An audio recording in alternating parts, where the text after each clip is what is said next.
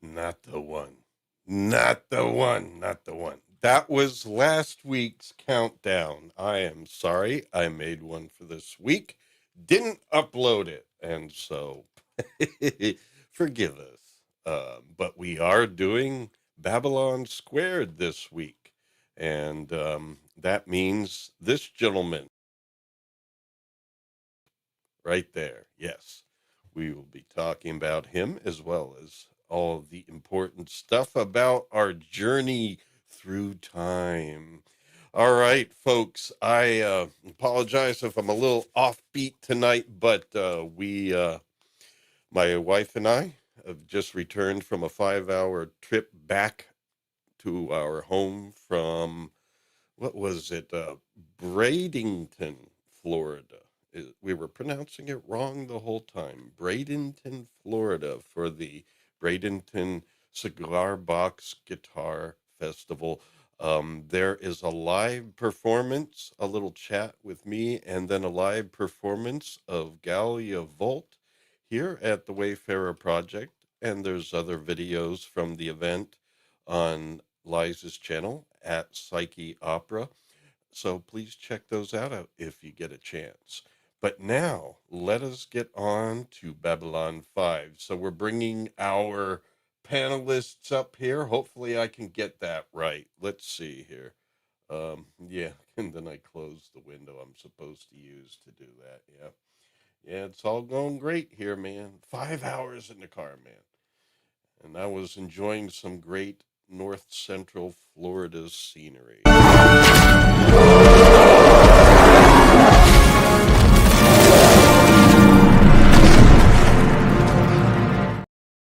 No Oliphants to be found in Florida, but there is this guy in the UK keeping you all safe from Oliphants.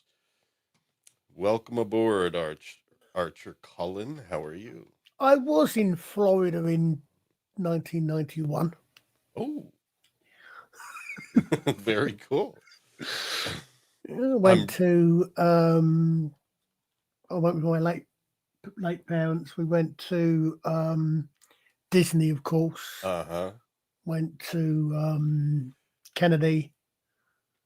Cape Canaveral. Well, Yeah. Canaveral. I can't remember which one Yeah. it was at the time. Well, it's both. It was, but yeah. All right. Well, we'll hopefully be able to see you again sometime, but the draw now will be Universal, I think, not Yeah. Disney. But in any case, we also have another gentleman with us here. One rabbit stew coming right up. Look! Jesus Christ! I warned you. We warned you. Here he is. Istophobos. Can you hear me? Yes, we can, loud and clear. Okay. Well, I got my little smoking avatar set up now. Very good. All right. Well, I am going to be watching the comments for a little bit, folks, so we can share your chats. This is usually done by Liza, but as she's not on right now, I think she's probably just getting her laptop set up and getting going. But she'll be able to handle this much better than I in just a little bit.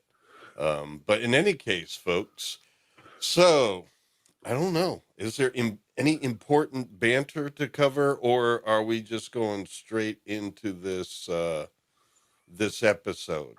As I try to do just that. I guess we're going straight in. All right. Yeah, I'm gonna look in the private chat, Lawrence. I'm gonna send you a message. I tweeted you, but I just realized now I see it failed to ever send. So thank Oh, you, X. Thank you, Twitter.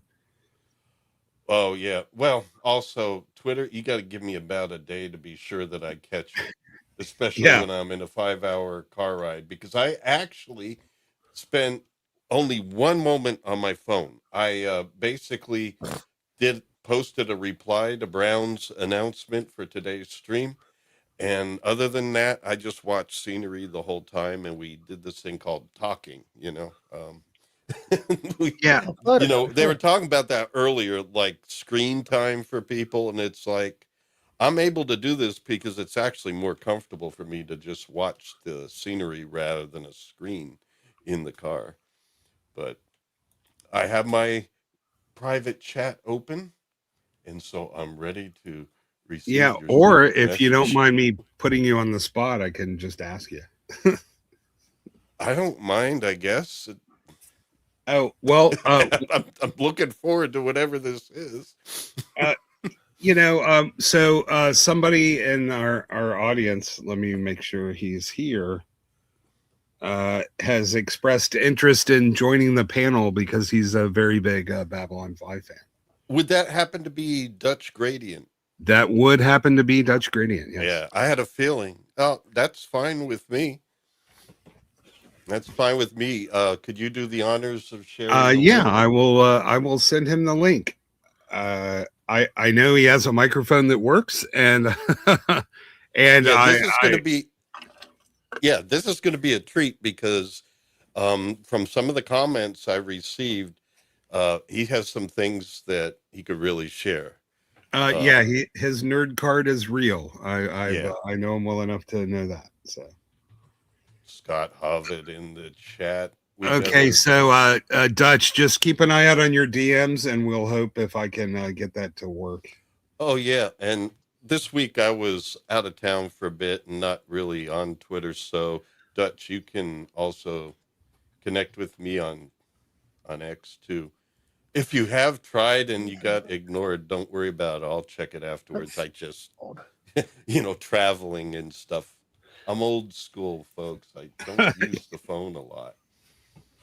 I can't even find the link I used to get here. So It's in our chat. The one that used to be called Earworms when they still had the names of groups on X, which does appear sometimes still, but not for me.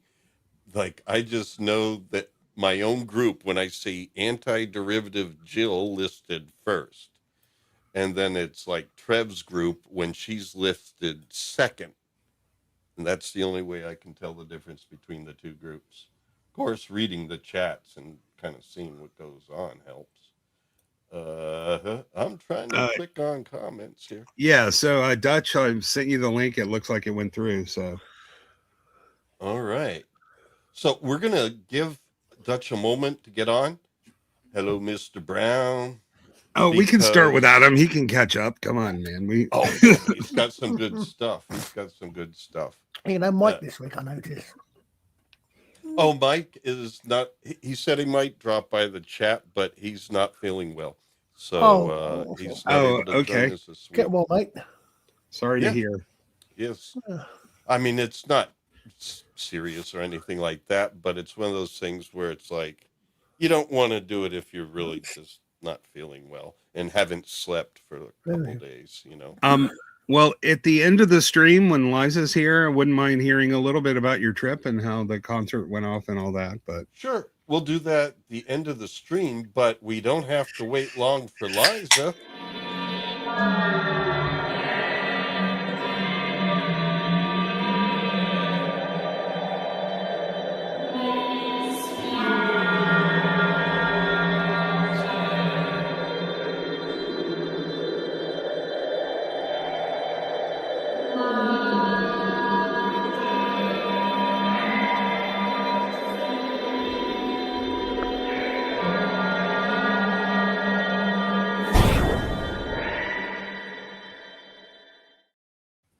Here she is. Hello.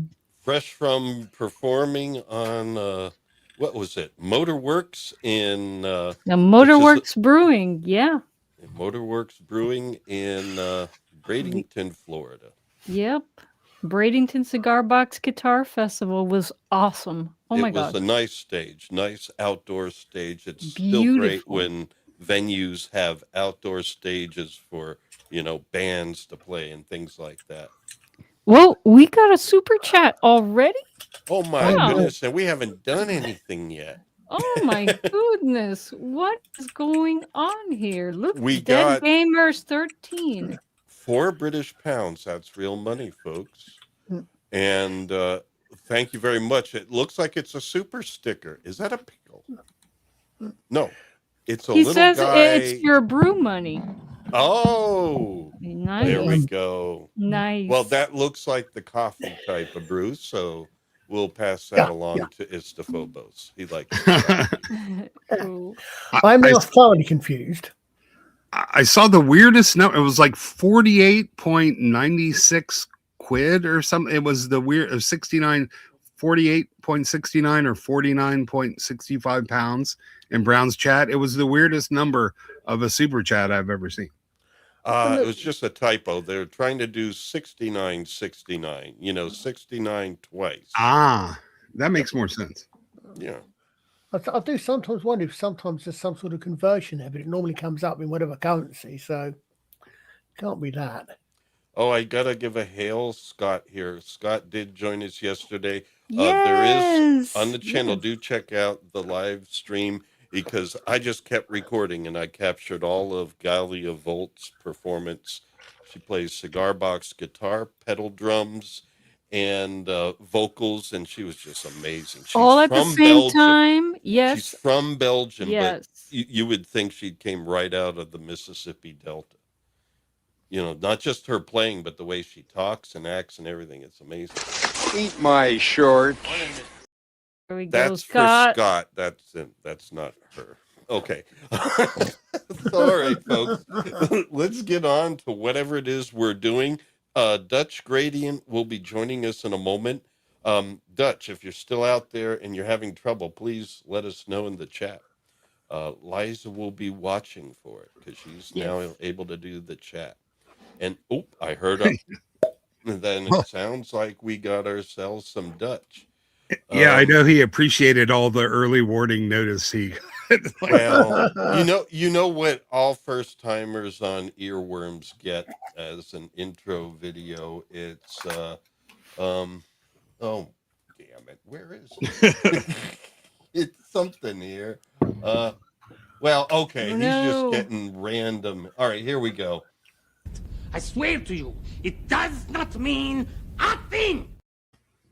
There we go. Awesome. There we go. Welcome aboard, Dutch Gradient. I Let's go better back kill to- it before it develops language skills. Yes. I thought there were two of you. I thought you were larger. You are larger. There are two of you. Yes. Oh, Dutch. Was that you? No, that was not hearing me. Dutch. I Is was anyone waiting else? for the video to finish. Okay. Yeah, I was like, he sounds a lot like Istophobos. Wow. That was me, actually.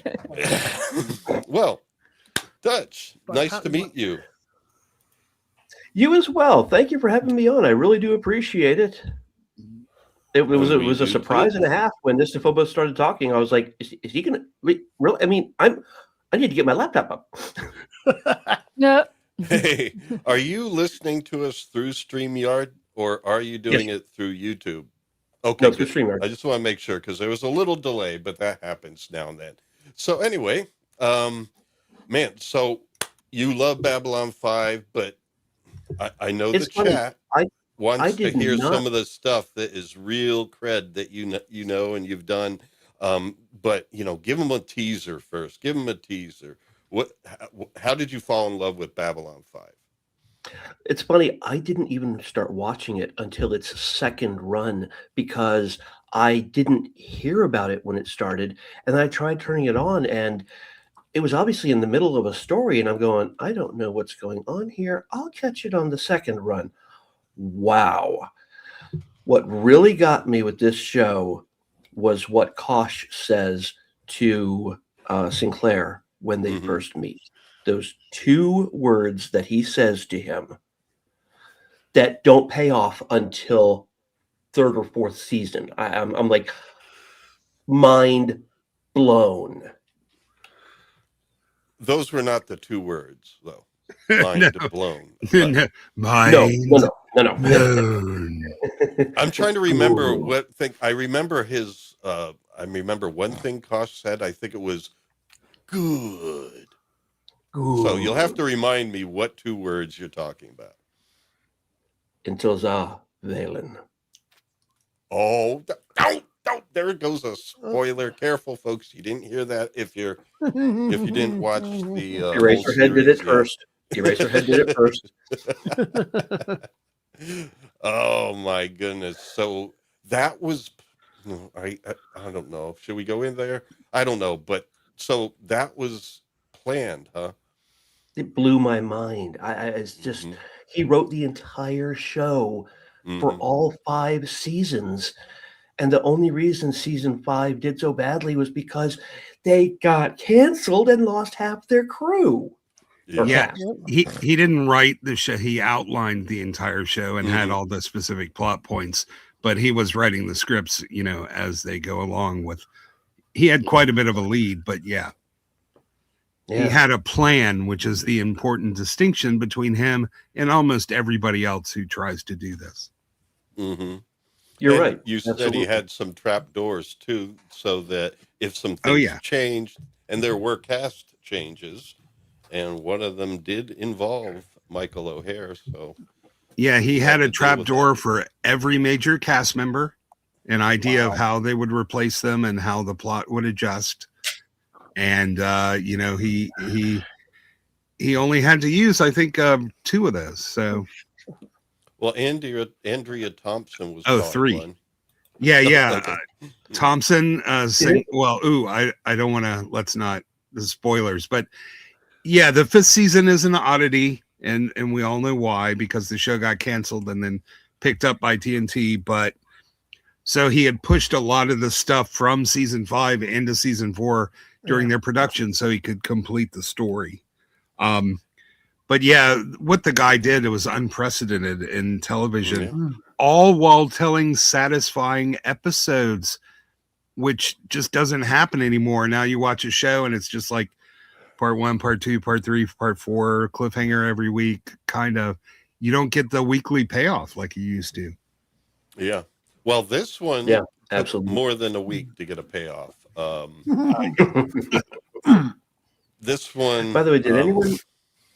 Go ahead. Oh, sorry. Did anyone mention? I'm trying to catch up with a lot of things. I haven't caught up with all of your Babylon 5 shows yet. Did you guys mention the change in the doctors between pilot episode and Dr. Franklin? Did you mention the names? We went from No. Benjamin to Franklin. Oh yeah. Yeah, I never really caught that because I'm not even sure I can pronounce his last Wow. name. Was it Yeah, I didn't Kaihawadini remember. Yeah, I didn't even remember the name of the first doctor. I just remember the guy that got to see the Vorlon. Johnny Secco, I think, was the actor's name, wasn't it? But I didn't clock that. But then I'm not an American, so that's my excuse. I was calling Dr. Franklin Stephen Alexander for a bit there, and I don't know where that came from. No, I have brain farts now and then. I don't know why. But anyway, Internet Help Desk is here. He's here to help us out. Thank you for joining us tonight. I think I got my glowy aura thing working because I'm wearing an encounter suit. This isn't really a baby polar bear. Ah. Oh. Yeah, I've been trying to get a baby polar bear, but the AI that I use has a strange idea of baby polar bears. I guess they grow up quick. I don't know. Okay, so here we go. We get an exterior shot to begin the episode. We did see one new thing we haven't seen before in Babylon 5 lore this week. We were checking out some of the other channels who had some cool episodes, but a lot of it's from like 3 years ago or something like that. But I never heard there was, and we did get to see it. The Making of Babylon 5, hosted by Walter Koenig. So we were able to see that. Short, like about a half hour long, I guess aired somewhere around the middle of season 1. So we did get to see that. It is on YouTube, folks, so you could search for that. The Making of Babylon 5. And just to be sure, just throw Walter Koenig in there. So, and you'll get it. You'll get the right Has thing. anyone here met Walter Koenig? No, but No, we're hoping to. we want We're hoping to. We Oh checked. my We checked. gosh. There is, what is it called? MegaCon is coming up in MegaCon in a little Orlando. over a month in Yes. Orlando, about 4 Yes. hours away from Oh us. my God. And Walter I Koenig hope is one of the speakers, so we have a chance to go there and see him. We're going to see what we can do about that, folks. But go ahead, Dutch. You were going to say something? I hope if you do get to meet him, that he is nicer to you than he has ever been to me. Oh, well, Oh here's the thing. We know no. there's rules about things, so, we'll be very careful to follow the rules when we get there, but I don't know. What? I've met him 3 times at conventions where he is at his table. It's like I'm not interrupting his meals. I'm not, bugging him on the street. He's at his table to meet his fans. I walk up, Mr. Koenig, it's an honor to meet you. I love your roles. I love your acting. He looks at me like I'm an insect and goes, "Uh-huh." Oh, Really? so All he's like 3 Mr. Bester. times. Yep. And so you That's paid what I was about 80 to bucks say. for that? That's Have you? what I was about to say. When Garibaldi says the way he looks at you, like he's looking at a bug under a microscope, and I'm sitting there going, "That's what I said." Yeah. Yeah. Yes. And he said, "Got it in one, Yeah, Mr. Garibaldi." Oh, how Dutch. disgusting. Oh Dutch, And have you considered that it might be you? except no, that I've don't had blame. wonderful interactions with every other actor I've spoken with. Were you wearing big Vulcan ears at the time? No. First time I met him, I was actually wearing Colonial Marines body armor. Oh. Wow. Yeah, I was Maybe you're at a scared. Chiller Theater in New Jersey, meeting Jeanette Goldstein and Rico Ross. Oh, Oh, that explains it. He was up for a role in Aliens and he was turned down, and he really hates that And movie. That's and the probably other what 2 it was. times when I was in street clothes, how do you explain those? I Oh, if I if a can't. guy is mean to me at a convention, I'll chalk it up to, he had a bad flight, he's had a bad day, he's had some bad interactions. It can happen. well, 3 times. Yeah, that's well, no. more That's than his anything character. else, the Yeah. reason why we would like to go, I mean, yeah, his name's attached to it. We never tried meeting him There might before be anything. other B5 people. Yeah, there might The be. Ivanova, she tours a lot. The guy who plays John Sheridan, he's touring, so they Yeah. might get That usually comes pushed in together on the like in the panel. final Yes. weeks. But we were just like, we've never been to a con really. Never been to a I con. have once when I was in high school, and so I Oh, was there wow. for one in Never Valley been to a Forge, con. PA. Yeah. Yeah. I mean, But so it would be our first time, and Wow. it would be cool for the channel. I know there's rules, but we might be able to stream, you know, cosplayers or whatever. Who knows who you They might meet in well, Orlando? we Maybe did the a little Geeks and bit. Gamers folks will be there. Who knows? Did a little bit of a search, and there are designated areas where quote unquote influencers can film, and you're able to catch the first few seconds of a panel. So Yeah. you're allowed to, but we're allowed to talk right after a panel, and The I first don't thing know. they'll ask is, "How Uh, many subs have you got?" And they'll be yeah. like, Um, 1.3 thousand. yeah, but Lawrence, listen, if you're planning to go, you might want to go ahead and RSVP to like FNT and Geeks and Gamers because, it doesn't cost anything, but they're a limited space. So if you RSVP now, Yeah. that's probably the best All right. tactic Well, because otherwise you won't be able to get in and get a chance to meet with them. all right. Well, we're gonna do some soul searching tonight because we do need to raise funds for that. Yes. And we'll have no, to see. that's another episode. Well, Soulcast yeah, for another a episode. fundraiser. We'll have a Jerry Lewis telethon or something like that. Although this would be for a different kind of cause, not nearly as, I guess, important, but still nonetheless nice. All right, folks. So we're going to start the episode. But Dutch, we're going to hear when you feel you could work in one of your stories. Please just chime in and do it We're going to do Well, both. thank I you. I think will. okay. I think we're just going to get started, get warm, and then when things are flowing, go ahead and lay it on, baby. All right. So we start with a meal. We start with breakfast. Breakfast in front of a circular light, and that's very nice.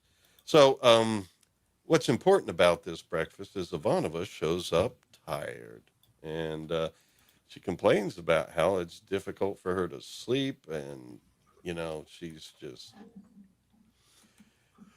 she's complaining to the wrong guys, basically. So, because as soon as she talks about that, and what's his name here? Sinclair has some experience with what kind of monks was it? Jesuit monks, and he spent some time with some Jesuit monks, and they were in prayers, and he started. They must have also been good at hypnosis because he starts like speaking in dulcet tones and talking about getting up and spending time in silence and all that. And basically, there's Garibaldi watching. He's going to take advantage of this. And he basically lulls Ivanova back to sleep while she's sitting there. So Garibaldi can change out the plates and basically gives her his empty plate and hides her plate with breakfast on it. And then she wakes up all of a sudden and she's like, oh my God, it's time to go. Somebody lied and told her it's like 7 or whatever. And so it's time to go. And she heads off to CNC, calling in, sorry, I'm late. And Garibaldi then begins chowing down on her breakfast. Okay, that's the next scene there. But yeah, I don't know. Anybody want to say anything? 3, 2, 2, 1. 1. Garibaldi, Garibaldi! you're a dead man. Yeah, you're a dead man. Oh, I mean, they always had some comic sketches here and there, and there's a second one coming up later. And it's like, I don't know, they were good. They worked and they flowed, and you might have you see a lighter side of the actors too. You know, it's not yeah, high drama all the time. And Claudia Christian, she just had this way of kind of like almost being like, shall we say, the commander next door. Well, she became commander later, but at this point, just lieutenant. But anyway, she had that appeal, at least, I think. She had plenty of appeal from several directions, but her Russian stoicism, her sarcasm, her kind of pessimistic outlook, which was also a bit humorous. Mm-hmm. Yeah. But at the same time, she could laugh. All right. But you have to, it's the Russian way. You got to be able to laugh, to vent at least. So anyway, anybody want to say something here? As usual, the subtitles are right underneath my slide controls, so I can't even see the subtitles I put in. I was so sad when I heard of Jerry's passing. I got to Uh-huh. meet him at that convention too, Oh. and he was a fiend for a game they call dollar poker. If you are unfamiliar with it, you have a mess of dollar bills and you'll draw one at random, look Oh, at the serial yeah. number, and try to make the best poker hand you can out of any 5 numbers from that dollar's serial number. Whoever has the best hand wins the pot. Yeah, I heard about that. That was on one of those yeah, I think it was the one of the shows we watched from some other channel. He But loved yeah. that game. Yeah, and there's also a video out there on YouTube where Boxleitner and Mira Furlan did an appearance somewhere. I think it was somewhere in Germany, and they were just talking to the audience there. And one of the stories that Boxleitner relayed was at one of these cons, he went out and did a tennis match with Jerry Doyle, and they basically did a tennis match for the attendees that people could watch. And I guess it was really just for fun, but hey, it's a different thing to do. I don't think Walter Koenig would have done that, would he? All right, so Garibaldi gets yelled at. at least from a distance. So anyway, we're seeing a star fury here. It's approaching an anomaly, and it's quite an anomaly. And the pilot is basically relaying some information, but he's seeing this, and it gets through to him what he's seeing, but he wasn't able to radio it in to the CNC. But they're basically asking if he can identify. But as soon as he's able to kind of witness it, he has to carve it into his belt buckle. He was able to do that, but he was not able to relay the information to him. But, when you're going through some sort of like time flare or tachyon particle whiplash, I guess we can forgive you. So there we go. And that's how it begins. Much more dramatic. Got to watch it, folks. It is free on Tubi. So if you don't mind commercials, you don't have to pay YouTube or Amazon to watch the whole series. All right. Anybody want to join in? I've been talking a lot. Dutch, you got another story? Not specifically at this point, aside from just saying what other people are saying. The Star Fury is such a gorgeous fighter. Yeah. Yeah, you got me ruminating on Sinclair's connection to the Jesuits and how that plays out over the course of his character arc. And then I'm like, what can we talk about? What shouldn't we talk about? So I'm sort of in a, I'm in a Mobius loop caused by not wanting to spoil. And well, let's say he has a spiritual background. And, as time goes on, we learned was it the last episode or two? Or I think it was one of the previews I did the last time. We did learn that, Nerun did say, "You speak like a Membari." So I guess we can leave it at that. Yeah, I will toss out that, I've encountered Claudia Christian a few times back in the 90s. She's a huge sort of she was a very large Renaissance fair enthusiast, and you could typically catch her at one of those if they weren't filming. Oh my God. And a very much a frequenter of your local Irish pub. Awesome. Yeah, to the point where, too frequent actually, but let's just say she had a very powerful zest for life and the fun things until it got maybe not so fun. Ooh. Are you saying she had a very good time? A very good time. Yeah, well, I mean, she's actually public about it, but yes, she has a problem with alcohol. So, ouch. Okay. Or had. She's apparently from reports as she's sober now. Mm-hmm. Good. Oh, she would probably argue that she still has a problem. Well, Phobos knows the jargon, so. Yeah. So, hey, I loved it. I was also still in the midst of my own drinking problem when I met her, so It was quite fun, as much as I can remember anyway.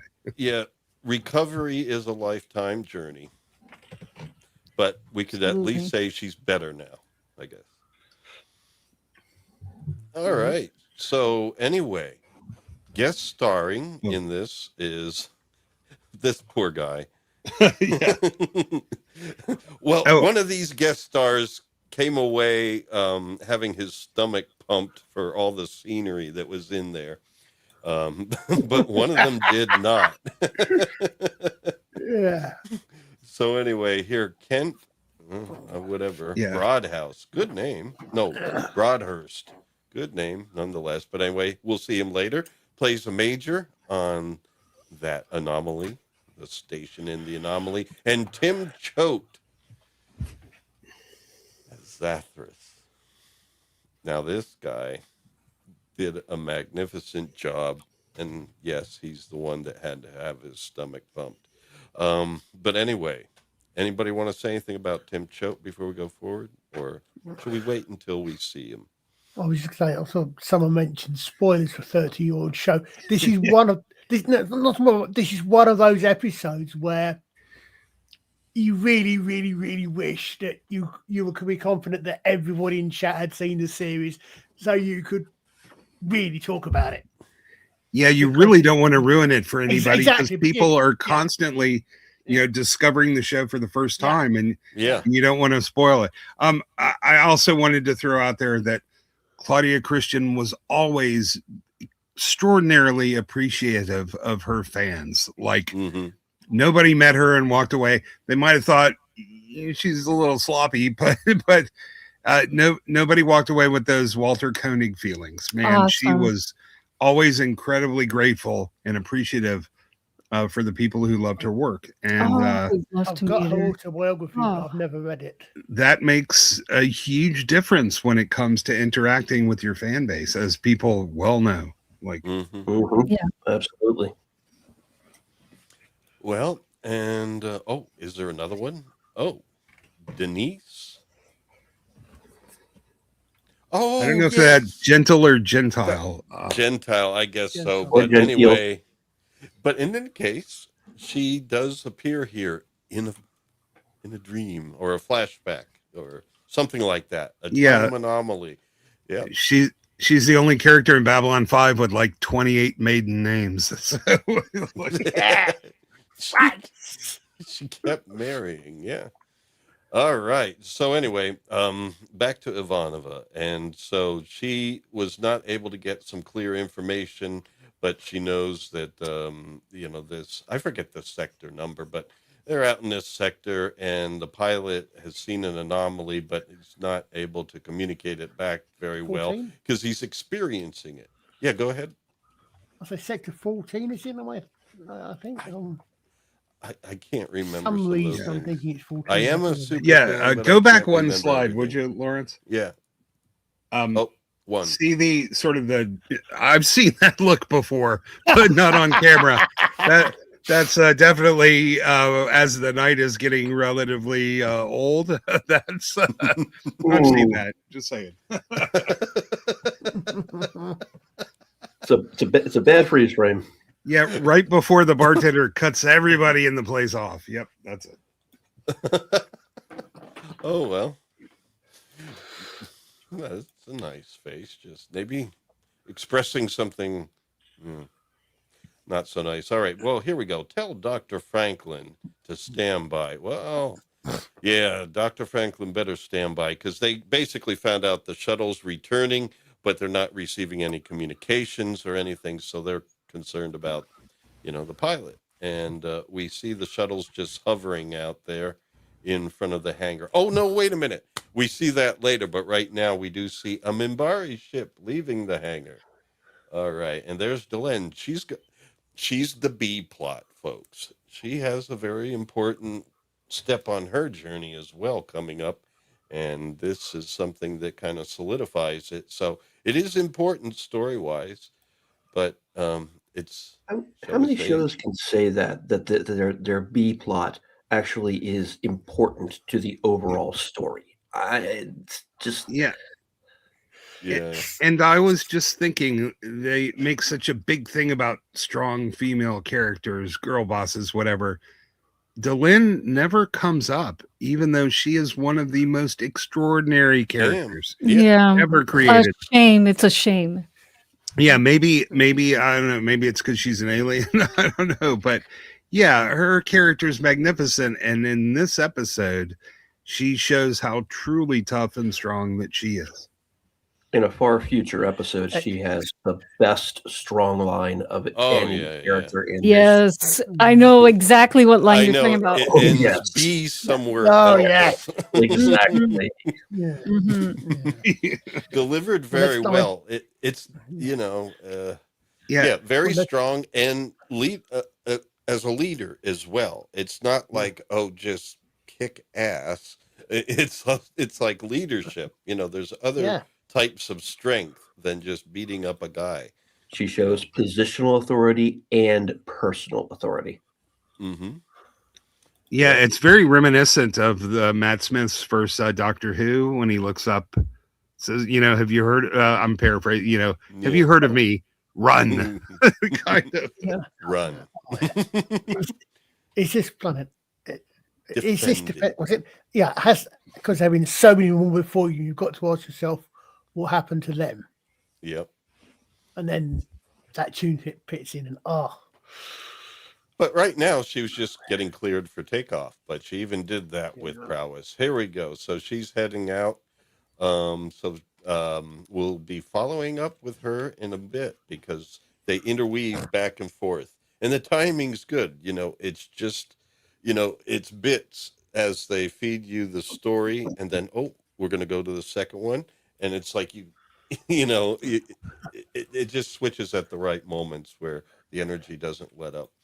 But anyway, and we have Corwin, my favorite background character, who was able to grow into an actual, starring role. It's so Yeah.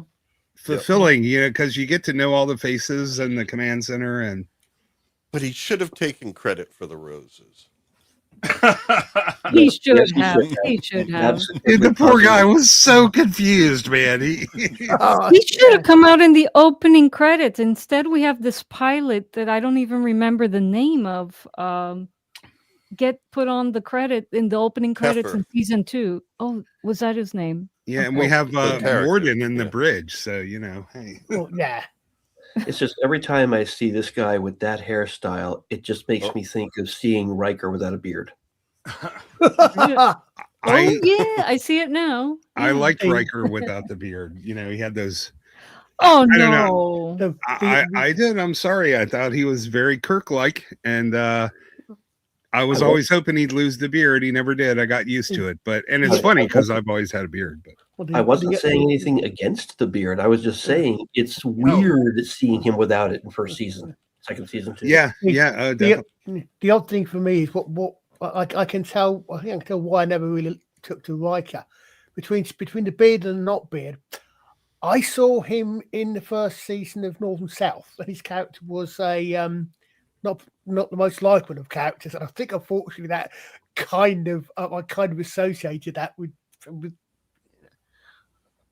so when he came back with the beard, it Was was that I Yeah. think people associated the lack of beard with the quality that hadn't quite gotten there yet in the Yeah. show.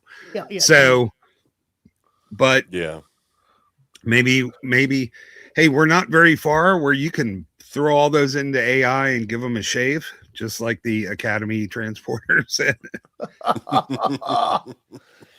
Talking of shows which only done their B plots don't Yeah, benefit yeah, from you their could A plots, also so- make them sit in a chair like a normal human with AI. So.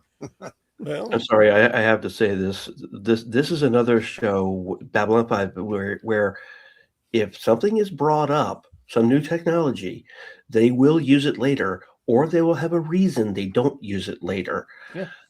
You probably can think of a few examples already. I'm thinking of a certain machine. Yeah, 10,000 of them where, like, why didn't you use the thing from the last episode? It would have aliens, totally yeah. solved your problem as Star Right. Trek all the time. Next Generation second season has an episode where Dr. Pulaski ages from a disease. They cured the disease, but she's still old and decrepit. They grab her hairs from a hairbrush and beam her into her younger, healthier body. But she still has all of her memories. This is called the fountain of youth and the cure for all diseases. And they never again. Yeah. Well, they should have beamed in the one from the original series, the same actress. Yeah, no. Whenever they use a transporter as a gene splicer, and then they completely forget, like that kind of thing. That that's always been one of Star Trek's weaknesses, because it was written episodically by different people, so they would encounter a thing. And I'm like, yeah, you know what? The Federation would probably use that going forward. And then 3 episodes later, if you had that thing, man, it totally solved this problem. And but in this show, there is continuity, exquisite world building, and continuity of discovery and technological advancement. Yeah, we didn't cover the episode with the alien healing device, but it will be coming up. But there are reasons, good reasons, for not reusing it or Yeah, Mhm. yeah, utilizing it. yeah. Oh, yeah. Well, like he said, if they don't use it, they'll give you a good reason. Mhm. Stargate SG-1 also a good example of them incorporating their discoveries into future episodes, and I always appreciated that as well. Yeah. There we go. So here is the Star Fury hanging out there, just kind of adrift, and they're not able to connect with the pilot. And here it is, floating near the hangar. So they have to kind of bring it in themselves. So they're really kind of worried about it, and it won't take long until they see what's up. I can't quite see what Sinclair says here, but for some reason I put it in, so it must be important. Run a Run a full full scan of scan. Alpha 7. On it. Okay. Yeah, okay. And this is where I guess this full scan reveals some very interesting and scary information, which once again is covered up by my controls. Someone read what Ivanovich There's says no here? life signs. Uh-huh. That's something that's always intrigued me. I've seen it actually referred to in, I think possibly in the role play game, is what do you mean when you scan for life signs? Now, even in something like Babylon 5. Okay, so how do you scan for life signs? What are you scanning for? Mm-hmm. I mean, are you connecting to the ship and scanning with the ship? Well, On the we're ship? so used to it, scanning for life signs, that we Yeah. don't really need the explanation Yeah. of what they're scanning for. We just assume. Yeah, Yeah. that's a huge problem with any science fiction Yeah. sensor technology. We've sort of hand waved Yeah. that. Yeah, But it is. yeah. Yeah. Well, you could easily be searching for body temperature. Mm. Yeah. or Well, heartbeat or any number. Yeah. Or a But Yeah. combination of things: brain Sure. activity, pulse, and body temp. Yeah. You know, I if Brain you suppose, do activity those is electrical. three, you can eliminate other things. I Go suppose ahead. I suppose it depends how the sensors work at the end of the day. I mean, yeah, if you it's the X-ray vision problem. X-rays Yeah. work because there's film behind something. yeah. And if you're only going one way, then you can only perceive something that either is reflected back to you or not reflected back to you. So Oh, robot. Oh, Liza, can you put up Robot's latest chat? This is something we all got to put on our wish list. yeah. Or, yeah, they got to be able to, beam out Amen. cancer cells. Amen. Yeah. Weed them out. I lost my mother to cancer. It would have been nice. Sorry. Oh my gosh. Thanks. Yeah, and Starfleet Academy, they can't even Oh, beam out goodness. the extra fat. So She's a hologram. Yeah. Well, if they beamed out cancer in that show, all of a sudden it would just go blank. exactly. The show would stop.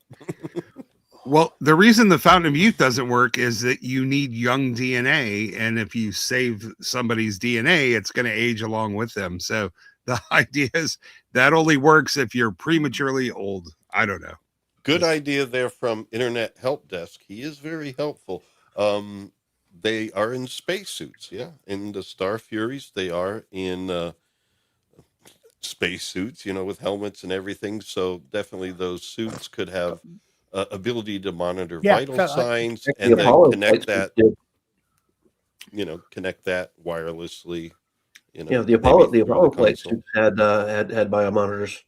They Yeah. could even tell if an astronaut peed himself, Mhm. which they often had to do when waiting for the launch window and just being there. And after a At while, my age, I can't even tell if I peed myself. All right. So let us move onwards here. So what's happening? No life signs. Oh, geez. Yeah, great timing. This is the end of the first set of slides. So let me get the next set. Yeah, this was okay. Obviously, it's a very significant episode, but this scene was actually powerful because what the guy sacrificed to make it back. Yeah, and we're going to see that here. Basically, Garibaldi delivers the information from checking in with Dr. Franklin. It's basically no damage to the body, as he says there. And then the second line I can't see, but it's basically to the effect that this man has aged to about 90 years old and died of natural causes. Everything Folks, points you got a super chat. From a super listener / watcher, viewer, the great Internet Help Desk. Folks, you want to check out some cool gaming? Do like right click on his icon and check out his channel. He does some fundraising for some very worthy causes and stuff with his gaming. And what do we have here, Liza? Could you do me the honors? All right. Internet Help Desk plays says, I'm off for the night. A great panel on a great show talking about a great show. Okay. Cool beans. Peace, love, and the last best hope for peace. Yes. Oh no. I have a Oh, feeling- I read that totally wrong. Peace, love, and the last best hope for peace. There we go. We knew what you were saying. And in an Well- I didn't know what I was saying at first But if until I read it Ivanova again. would have read that, Ivanova would have ended it with, "It failed." Yeah, yeah. And the next one is we will be the last best hope for victory. Yes. Dun, dun, dun, dun, dun, dun, dun, dun, dun, dun, dun, dun, dun. We got people singing. They Awesome. should have said in season 4, "Last best hope for season 5." And then it failed. It failed. No, it actually No. there was a victory at the end. No, Yeah, listen- season 5 was great to actually have. I was just so sad seeing the characters you love one by one leaving. You know. Nobody bitches about season 5 more than I do on a rewatch, but it eventually redeems itself. But let's face it, Mhm. those first 13 can be a little rough to get through. Mhm. And by the end, you are so sick of telepaths, you never want to hear about them ever. Yeah. Yeah. Yeah. Good So it's night, like- Dead Gamers 13. And good night to our UK folks. It looks like, yep, except for Colin, who's roped into this thing here. Poor He's Colin. riding with us till the end. Wait, But- it is? I thought we were on season 7 now. What? We should be with how long we're taking. Okay. But yeah, that's the gist of it, folks. So No, the season 7 would be the Rangers TV show, which never came to pass. mm, Season 6 would have been Crusade. yeah. Oh, and I did see some things about Crusade. We'll talk about it later, but you know, in some of the episodes that were written and didn't get aired because that was unfortunately axed halfway Yeah. through a season. But yeah, I mean, they just didn't appreciate it. Imagine the quality, even like Crusade. You know, it only had 13 episodes, so it didn't get enough of a launch to really get Well going. said. But it's like at the quality that it was giving at that point, it's like better than anything today. And it's like to treat that like so, you know, Yeah, poorly at the time. I don't know.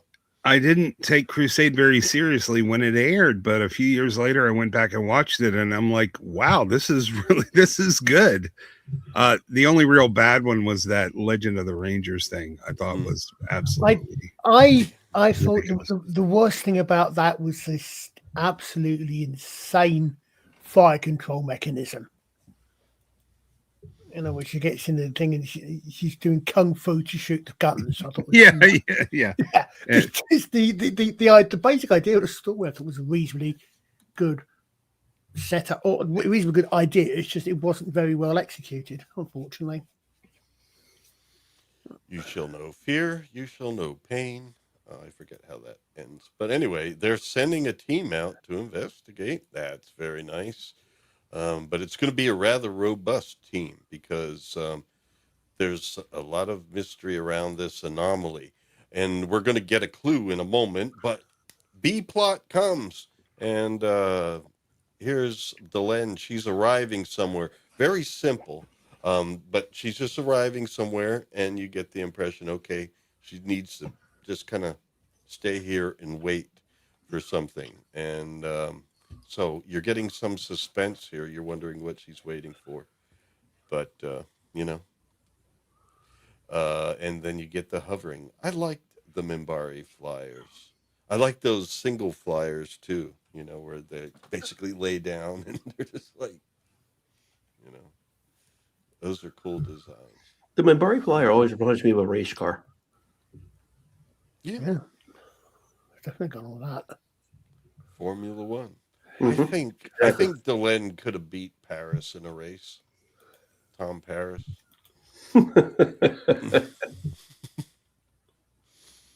Oh well, maybe not.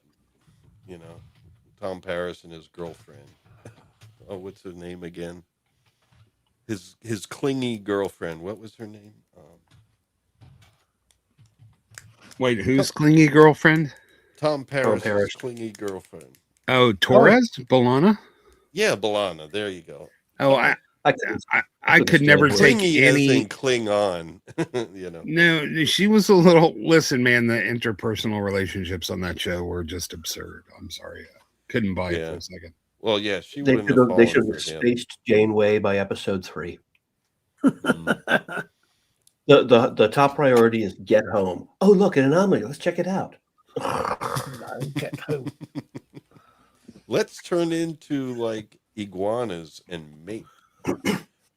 They get Borg upgrades on this stupid ship.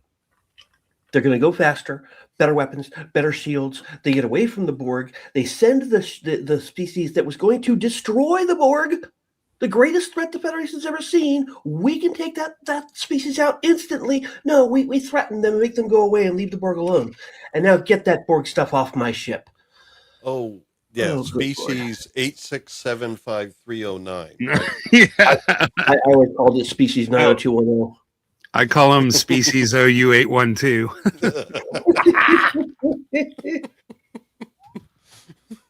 All right, folks. Okay, let's get back to Babylon 5. This shouldn't be a DS9 complaint festival. I mean, I do appreciate DS9. You mean Voyager. They were talking about Voyager, not Deep Space Nine. Sorry. How dare you? Oh. Well, so used to people complaining about Deep Space Nine and the Babylon 5 strip. Yeah, exactly. I'm so used to that. The pilot managed to scratch something into his belt buckle, and it's the letters and the number B4. And so they're like, B4, Babylon 4. But they did some information gathering, and they found out that this is the part of space where B4 vanished from 4 years ago. It occurs to me that you can tell that this show's written before texting. Well, none of the power stuff worked. So I assume, but it was certainly written after the invention of the pad and paper. So because what I'm thinking of is, you think about it, text. If you see the letter B and the number 4 on a text, what does it mean? Before. I see what you're saying. Yeah. I'm just wondering why he didn't have a logbook that he could have made notes. Yeah. It means a new data. Who was before? Oh, whatever. Okay. I mean, to be honest, actually, before is equally applicable for before in this case. Actually, yeah. Well, no, I didn't explain this before, but it's in the show. The pilot wouldn't have been able to record information. He was, as we found out, he was aged naturally, like to 90 years old, and died of natural causes. But was able to do this while that was happening. But with the anomaly, he wasn't able to, transfer any information or record any data. And probably, if you're, spazzing out and feeling all this stuff, aging you and whatever, I don't know. Plus, we don't know what he went through in a time anomaly. Thank you, Goodwin. I was taking a sip of coffee when I read he that. Could have gone back to caveman days, and he was just like carving, Jay, that was funny. It's like B4, C7. He's like my battleship. But I want to know, dude, that is a harness buckle. That is hardened steel. What did he use to carve into that thing? I was A trying to laser. avoid that it's not perfect, but We're nerds. Yeah. This is what we do. yeah, Come on. A yeah, I laser. know. He Yeah. used a laser to do it because it's sci-fi. They have lasers. Yeah, it doesn't really look laser cut though, does it? No, it looks Well, like no. he chiseled it with a hammer and a chisel. Well, He some was so prop desperate he person used his was able to fingernail. do it, so Yeah, but it also was probably made of styrene that painted silver. So Yeah. right. But there's something that Istapopos said when the ship came back. He was like, the pilot, he had his dying actions got the ship back to Babylon 5. Yeah, he's military. I mean, Yeah. that's the strength of the writing in this show. The guy knows his duty. He knows he needs to communicate this. He needs to get the ship back to Babylon 5. They need to know this. Boom. And Goodwin, we can presume that the cockpit voice recorder was non-functioning at that point. yeah, like everything else electronic. And this isn't the last time we see No, somebody making a tremendous sacrifice in the line of duty in this show. Actually, it happens fairly regularly. So my point is that we're still in the opening scene, but this was a very powerful way to start off the episode. Yeah. Yeah. Post-credit opening scene. Now, B4 vanished 4 years ago. And we do remember back from the Jinxo episode, the one with David Warner in it, and how basically he was on the B4 project, and as soon as he got off, I guess for vacation, I think it was, he left the station, and it just kind of twisted and winked out of view and just disappeared. It vanished. So it's like, yeah, the viewer has already known that there's mysterious circumstances regarding Babylon 4. It wasn't like the others where it was just acts of sabotage. And once again, I wish I could see what the subtitles say, but You need one other piece of information. Yes. And what? And it's important to note there are certainly stories where network executives had a bug up their ass against sci-fi and stuff. But what happened here was that Babylon 5 was conceived as the flagship of a new network, P10, Paramount Entertainment Network. And around season 4, the network was dissolving, which is why the show got canceled before it was picked up by TNT. Mm-hmm. So the fourth station burned down, fell over, and then sank into the swamp?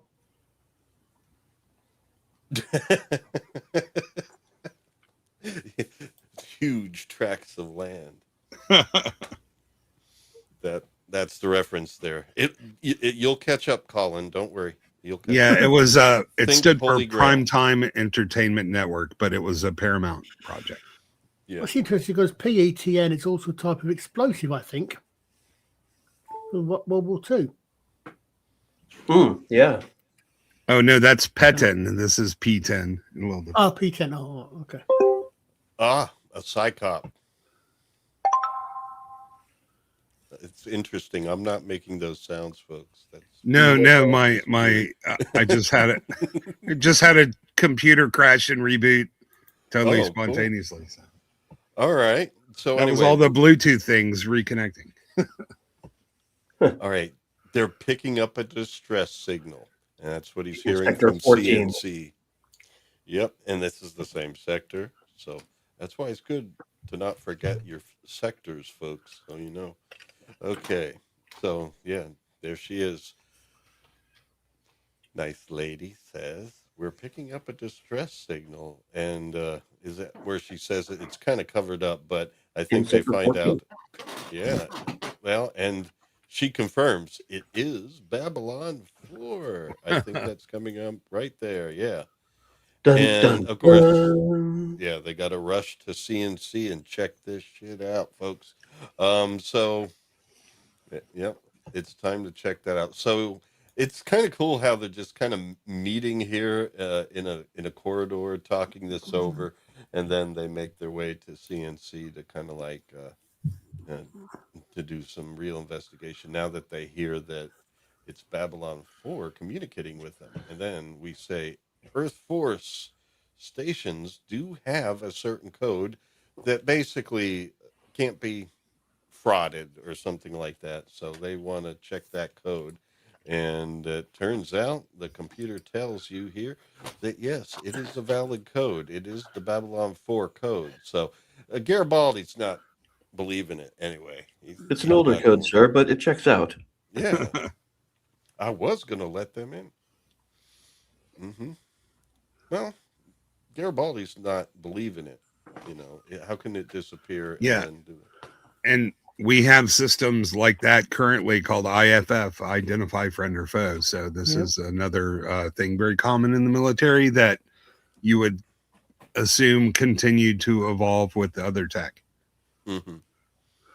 I was playing a word game with friends one time and learned, much to my chagrin, that my two teammates had never heard of the Flying Dutchman. Cool, great. Yeah, I actually went to my undergraduate degree was from Lebanon Valley College, and our mascot was the Flying Dutchman, plural Dutchmen. But there, the reference was for the Pennsylvania Dutch. Lebanon in Pennsylvania is right in the middle of Dutch country.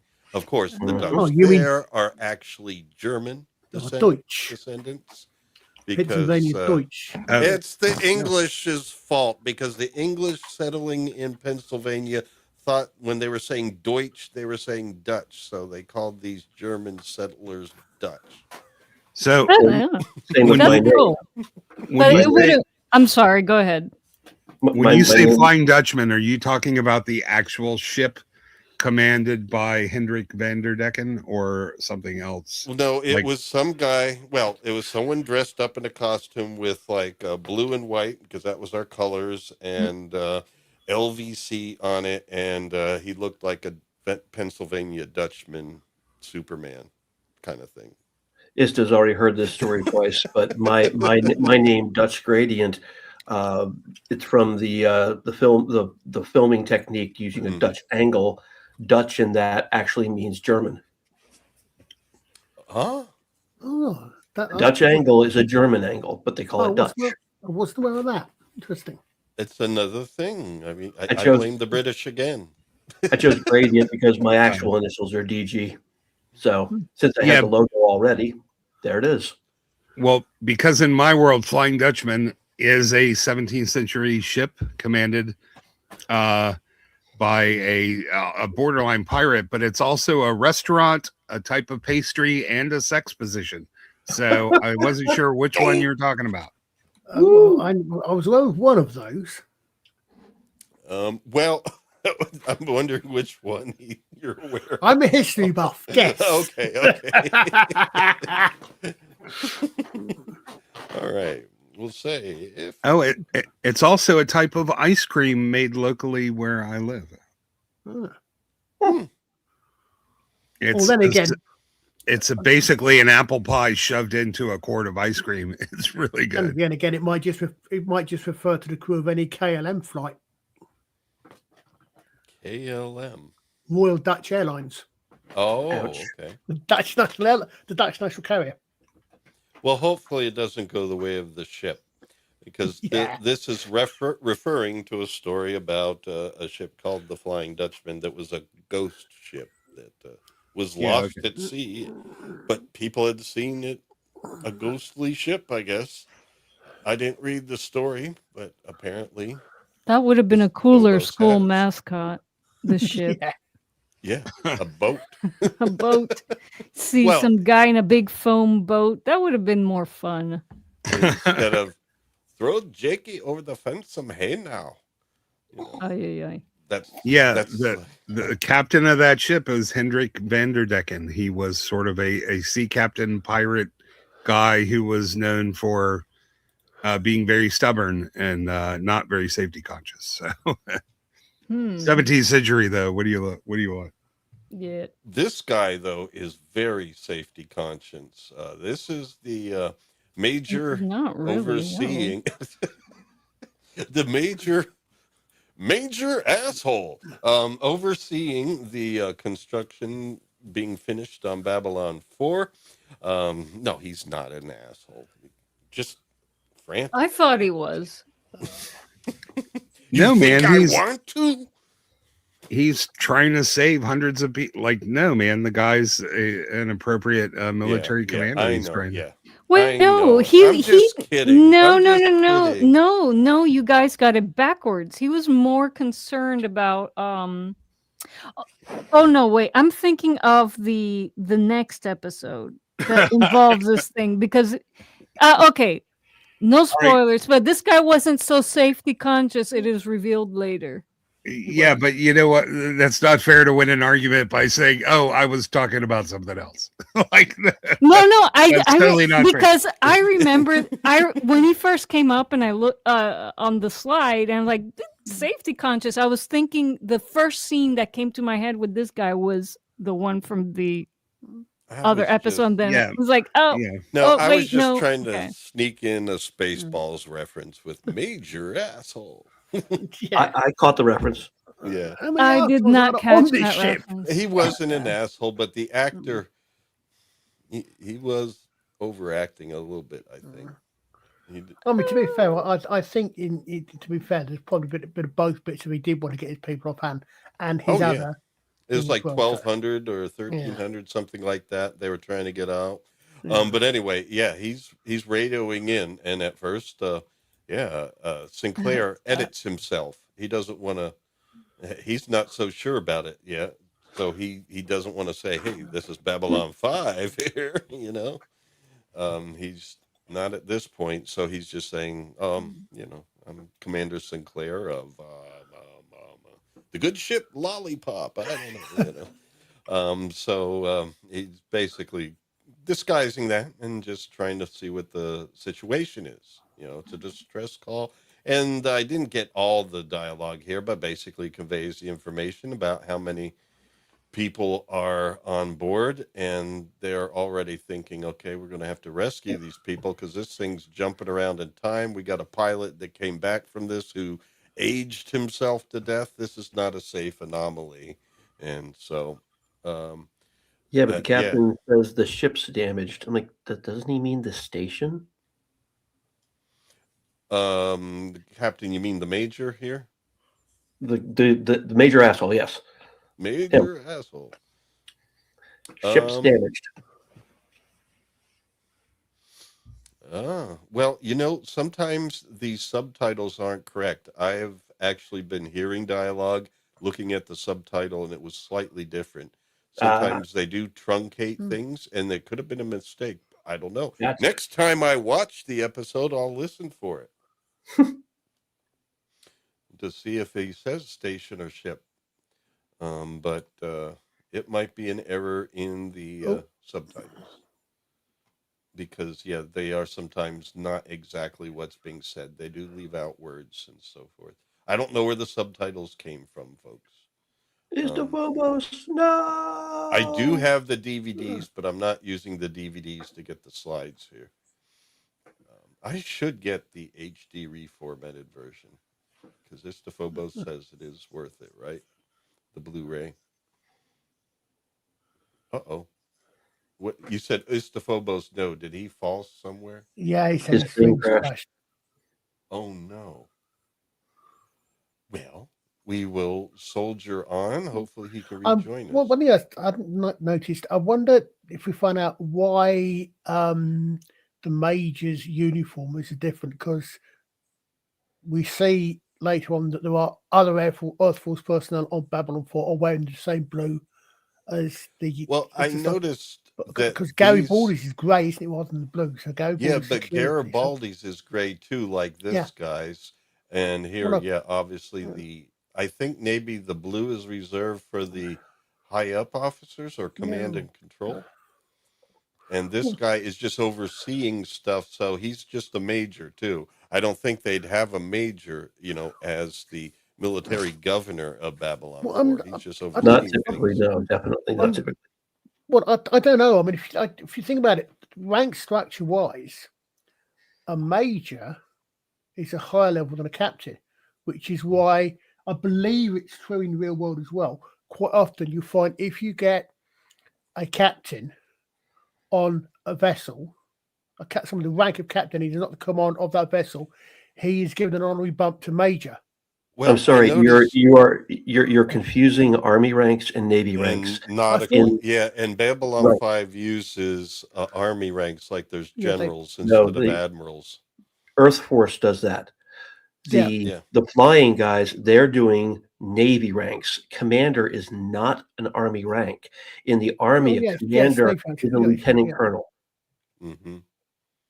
Yeah, here they call it lieutenant commander, but remember later we have Right. general. Yeah, you're right. Lieutenant commander is a major, commander is a lieutenant colonel, and then captain is a colonel. That's the equivalent rank Right, from okay. Navy to Army. Yeah, I Yeah, so guess that's they kind of when they kind of blended when- the two. Yeah. Yeah, because there's Can I General see it Haig happen? later.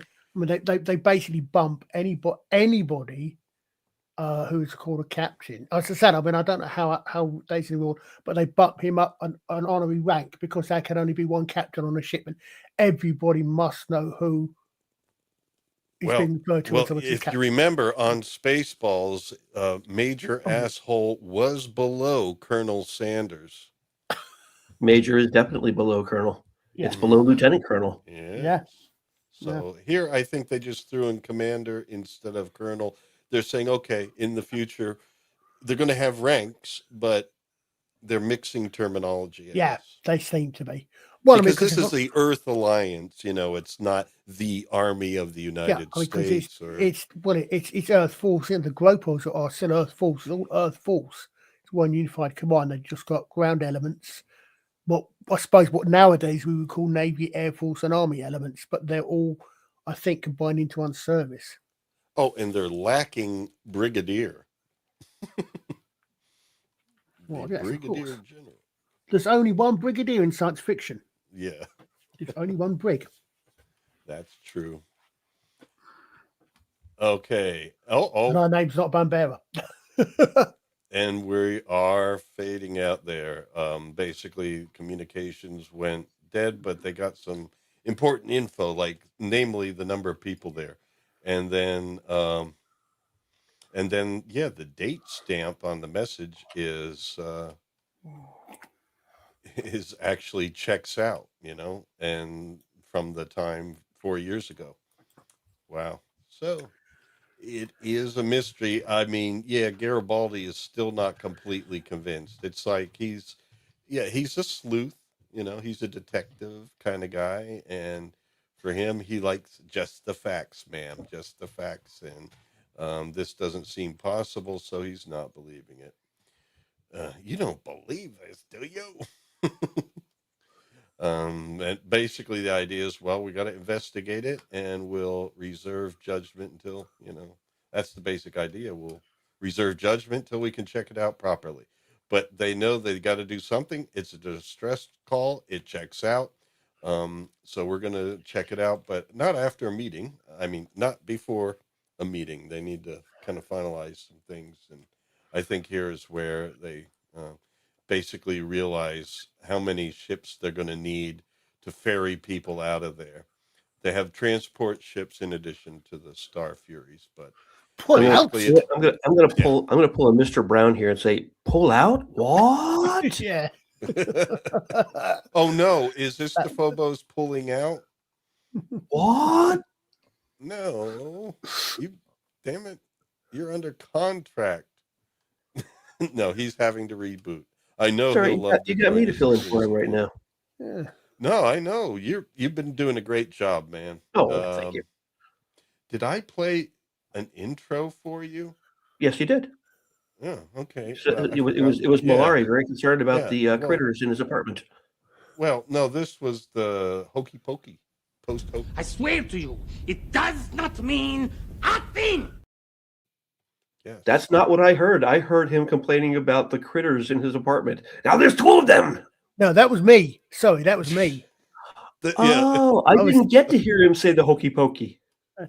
Oh no. Well, we didn't have the hokey pokey in there. These clips are on YouTube. I got to keep them short. If I go beyond a certain number of seconds, which I don't know what it is actually, but I have to keep them short because if I go beyond that X factor, all of a sudden, we're gonna be copyrighted or something. And actually, one of the episodes we did, I had to cut out everything that was Babylon 5 because I crossed Yeah. the threshold somewhere. Oh, And good it Lord. wouldn't let it be public that way. I know you look at all these channels, but they're smart. They do like 5, 6 seconds, things like that. And the rules for live are different than uploading. Guess who's back? Okay, can Back you hear me? again. It's does back. I can't hear him. Can you guys hear Hello, him? friend. I don't hear anything. Guess who's back? Okay, now you're fucking with me. 5x5. No, we hear you. We hear you. Yeah, no, the thing, like, so I have a bunch of computers and a couple tablets here. Everything has sort of crashed one after the other. I have no idea what the hell's going on. It's like I got hit by an EMP or something. What did you do, Ray? That's well, she's the bestest ever. She would know, but I mean, I'm not going to sit here and troubleshoot now, but that was the weirdest thing. Okay, so He bypassed the compressor, obviously. Yeah, well, yeah. I had a Chromebook crash, and then a tablet crashed, and then one Windows machine crashed, and then the other one over the course of about 20 minutes. Cascade Oh, man. failure. I don't know. Sounds like something the CIA could do. But Yeah. is there anything you wanted to catch us up on? So what did I miss? Like, Well, we were You- talking about you- ranks, like the ranks in Earth Alliance being kind of like a combination of of Navy naval and and Army. yeah, Yeah. Army. So yeah, like generally, like a captain in the Navy is a very prestigious rank, not as much in the Army. So Yeah. You kind of figure out what's going on with Earth Force, though. So Yeah. Yeah, the equivalent of a captain in the Navy is a second lieutenant. Okay. Yeah, I've never been in the military, so I don't know. Me neither. I've But just always been I've fascinated seen. by the ranks. Yeah.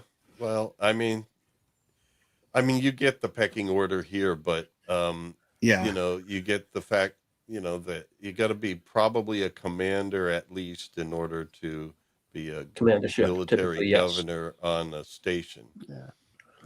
And I mean, to be fair, half of what I know about American military rank structure comes from the Traveller RPG. So, well, you add and those up. going back to our dear friend DS9, Cisco was upgraded from commander to captain during that. That's correct. In The Hunt for Red October, Scott Glenn plays the captain of the USS Dallas, but if you look at his rank, he is a commander. Yeah.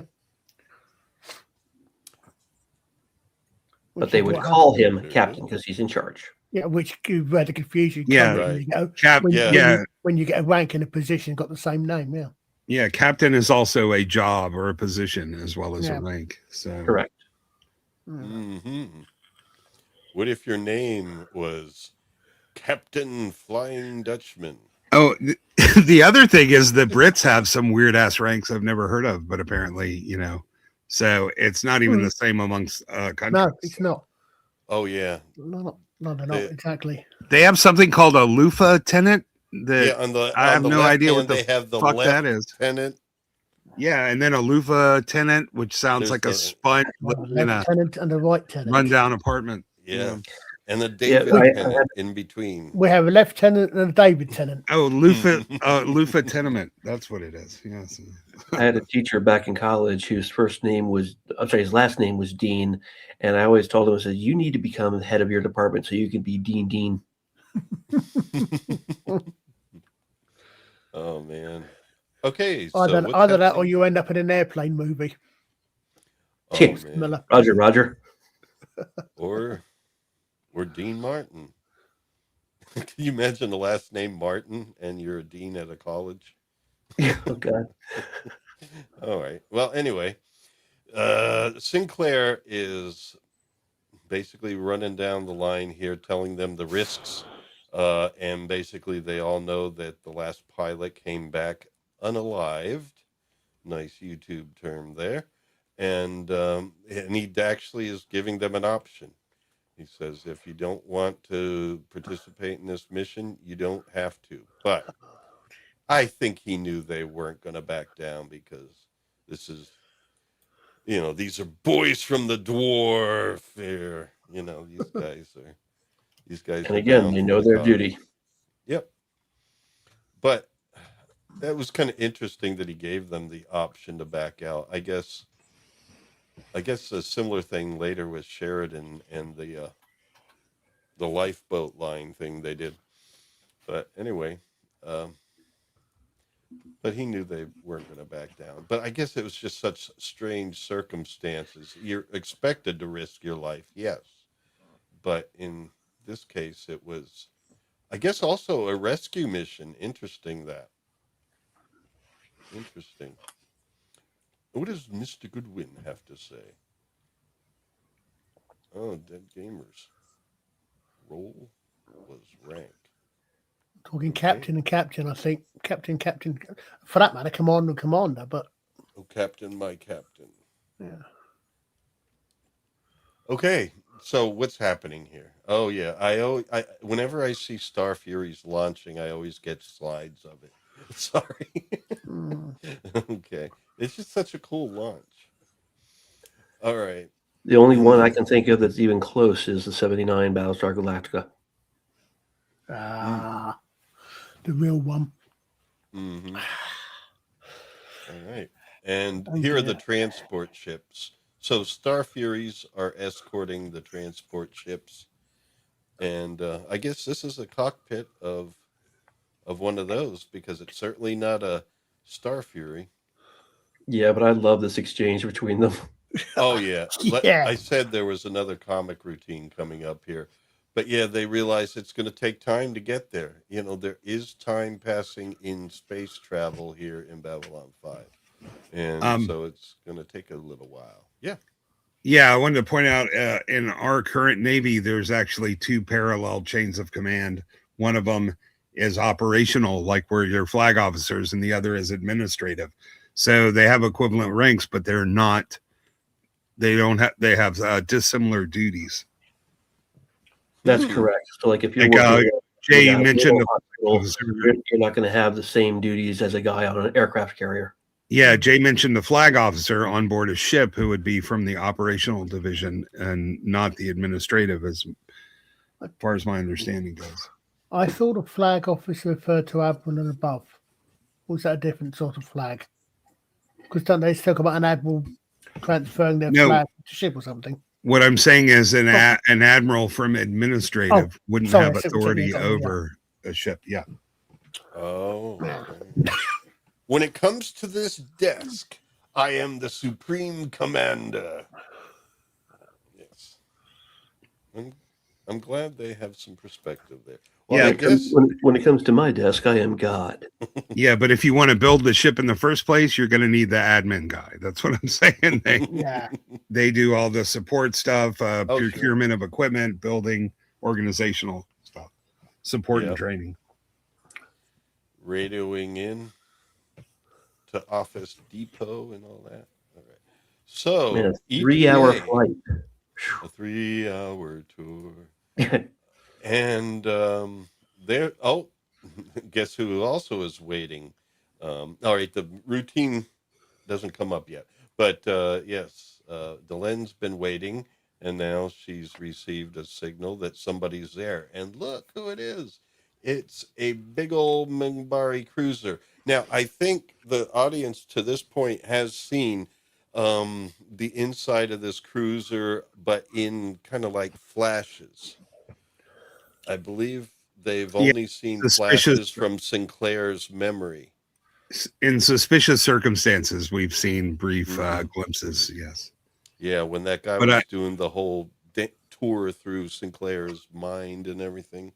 Yeah, but I don't think I don't think at this point, I don't think we realize that the Minbari government lives on a ship floating around in space. Right, but you do get some clues coming up. And so and you get to see some console here. I like the Minbari consoles. They're nice. You get to play with shapes and geometry. Reminds me of the board game Blockus. Oh boy. And then what happens here? Yes, the ship flies past. Yeah. Okay. Next slides. Bring them up. Anyone else think that the Minbari cruiser looks like an angelfish? Yeah. Well, yeah, definitely. Yeah, I thought fish the first time I saw it. Yeah. Yeah. There was a Microsoft, yeah, it was Microsoft, but there was a game in the 90s that I think ripped off the ship design. I Ooh. forget what it was called, but it was like some alien invasion thing, and they were yellow, but they were shaped just like that, just like the Minbari ships. Yeah, and they looked like angel fish, and I don't remember the name, but it was a game in like the mid 90s. I would say 96, 97 would be about the year. But I guess not many people have, like me, bought Microsoft games. I only bought one, and that one wasn't very good.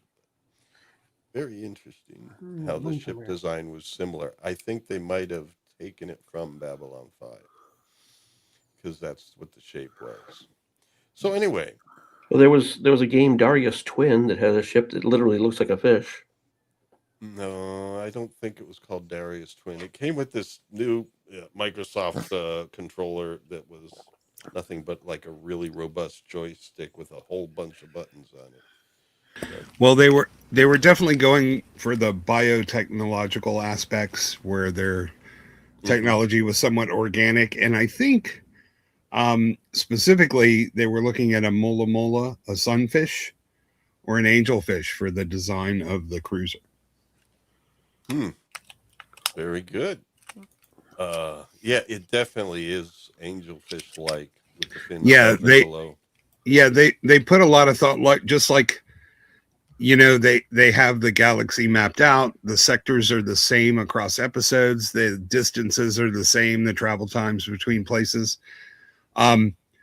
They pretty much have a reason for everything. Like the fins on the Minbari ship are part of their gravitational propulsion system. They just aren't there to look cool. So that Jay. Oh, I'm sorry. Go ahead. Finish first. Just the design of everything was very well thought out, and they had good reasons for most of what they did. Yeah, the bio design, Jay seconds your motion there, and especially also with the Vorlon ships that kind of look squid-like. Yeah, very much. And if you think about it, it's like when you're trying to mimic organic life and so forth, you're still going to, even though they're in space, psychologically, we're going to respond better visually to ships that have aerodynamic properties anyway. And so where do you go for that in life? Well, either in flight, in air, that's why you got wings on some ships and stuff like that. But that was already pretty well used. And so it's like in this, it's like, what about underwater? I'm sorry, no. Aerodynamics do not matter in space at all. I know they don't, but psychologically, it's just cool, Yeah, most of the ships were designed by Ron Thornton of Foundation Imaging, and they had their philosophy behind the Minbari was graceful but deadly. So yeah, and a lot of the ships are actually Atmo capable as well. I think, especially the more, you'd expect people like the Minbari who were probably at least 1,000 years ahead of humanity. I think. Well, the White Stars were able to do a little bit of atmosphere. Oh, but we can't talk about them yet. All right. Okay, so here we are. All right, and so the lovely conversation that comes up here. I don't know if anybody wants to reenact it, but yeah. Let's see, is this it here? This is the part I hate the most because it's going to take them a while to get there. And I think Garibaldi, we did have a poll a couple weeks ago. Who would you rather hang out with the most? And I think Garibaldi won that poll. And, as he should. He won against Ivanova. Yeah. Well. Yeah. Well, when you say hang out, what are you meaning there? It's like that, like hang out at the side of a pool. Yeah. So in front of a TV, watching Daffy Duck. I was going to say that. Yeah, kind of. Oh, you want Delenn for that? Episode 1 is Garibaldi was the one showing her. Yes. Garibaldi's the one that has it. Well, here comes his question. Second favorite thing in the universe. Can I ask you a question? Who is unwrapping? I mean, you can go ahead and do it. I'm just curious. Not it. Not me. It sounded really aggressive no, towards the no, end. no. Well, anyway, I don't know. Stand up, mister. Okay, you pull. Uh-oh. When you pull on your pants, do you fasten first and then zip, or zip and then fasten? And what kind of question is that? Asked Jeffrey Sinclair. It's like, I don't know. I think about these things. You know. Well, no, at first he says, forget it. But it's like there's nothing else to do. Why do you want to know? I love Sinclair's deadpan thing there. It's like, why do you want to know that? Because I think of these things. I was getting dressed this morning, and I was just wondering, does everyone do it the same? Well, I was thinking about it today because I went to a restroom, and I thought about it because I knew we were doing this tonight, and yes, I do fasten and then zip. So I think it's time for a poll in our chat. I would say that I do the same, except I've recently had to start wearing a belt because I've lost a lot of weight, and I tend to now fasten and then buckle. I forget to zip. I normally do two things: fasten, zip, fasten, zip. Now it's fasten, buckle. I'm doing two things. I usually wear what I think you guys are called sweatpants, so I don't have to say it's not a question. They're elasticated. What do you call them? I call tracksuit trousers, or usually. Oh, really? Yeah. In the UK, they say trousers even when they're sweatpants. Yeah, I mean, because they're trousers are an outerwear and pants are your underwear. Huh. Oh shoot! I went to Q&A instead, and I'm wondering what. I wear a Klingon dress. What the fuck's everybody talking about? Klingon dress. We knew that about you, Ista. Come on. Yeah, but that's me. How do you put on your pants? And we're only going to have two options here. Buckle, I mean, yeah, adds another one to the equation. Of course, you got to fasten before you buckle, or otherwise you're not getting to the button. Because in Britain you don't have in Britain you don't actually have. It's an irrelevant. It's a pointless question. Because Why? Because you all wear sweatpants? No, because in British English, pants don't have anything. They're your underwear. Oh, that's right. Yeah, in Britain, pants is below the clothing. Yeah. They say trousers for everything, unless you're in Scotland and it's truce. Swappers is here. It's truce or bleats. Right. Or in my case, it's hose half the time. If I'm in medieval kit, it's hose. Yeah, you don't want to say that here. Swappers, I'm glad I was able to help on that. People will think you're cross-dressing here. We call them pantyhose. Well, hose are usually the people I invite up to my hotel room. I was going to say I could actually go on about a 10-minute digression about that, about how the thing is. I think is entirely connected, but I won't. Yep. So the other thing since I have a Brit, I can ask right now. In Britain, I've been confused because I hear this in Doctor Who a lot, especially with Rose and her mom. What's a jumper? It's a sweater. I think sweater's like you call them. Yeah. Yeah. Okay. Also known as a pullover because you put it over. Yeah. So it can also either. I didn't know if it was a sweatshirt or a sweater. It can be both. Jumper, I hardly know her. Yeah, jumper usually refers to sweater, but a sweatshirt can also. Very good. Oh, well, you all. I don't know why. I've never seen one jump, so you know. Yep. All right. I love that line. But yeah, and in fact, feel free to read these anytime because I get half of it covered up by my control. Not every conversation has to be the end of the world as we know it. Yeah, don't can't know. you resize your screen so everything fits and you can see it? Well, let me try that. Hold on. I didn't. That's a good Oh, idea. oh yeah, you can zoom out and it puts the controls below it. Oh, that's Hey, good. I No didn't think of wonder that. Brown is so smooth at this. Okay. I didn't mean to. Never mind. It's not.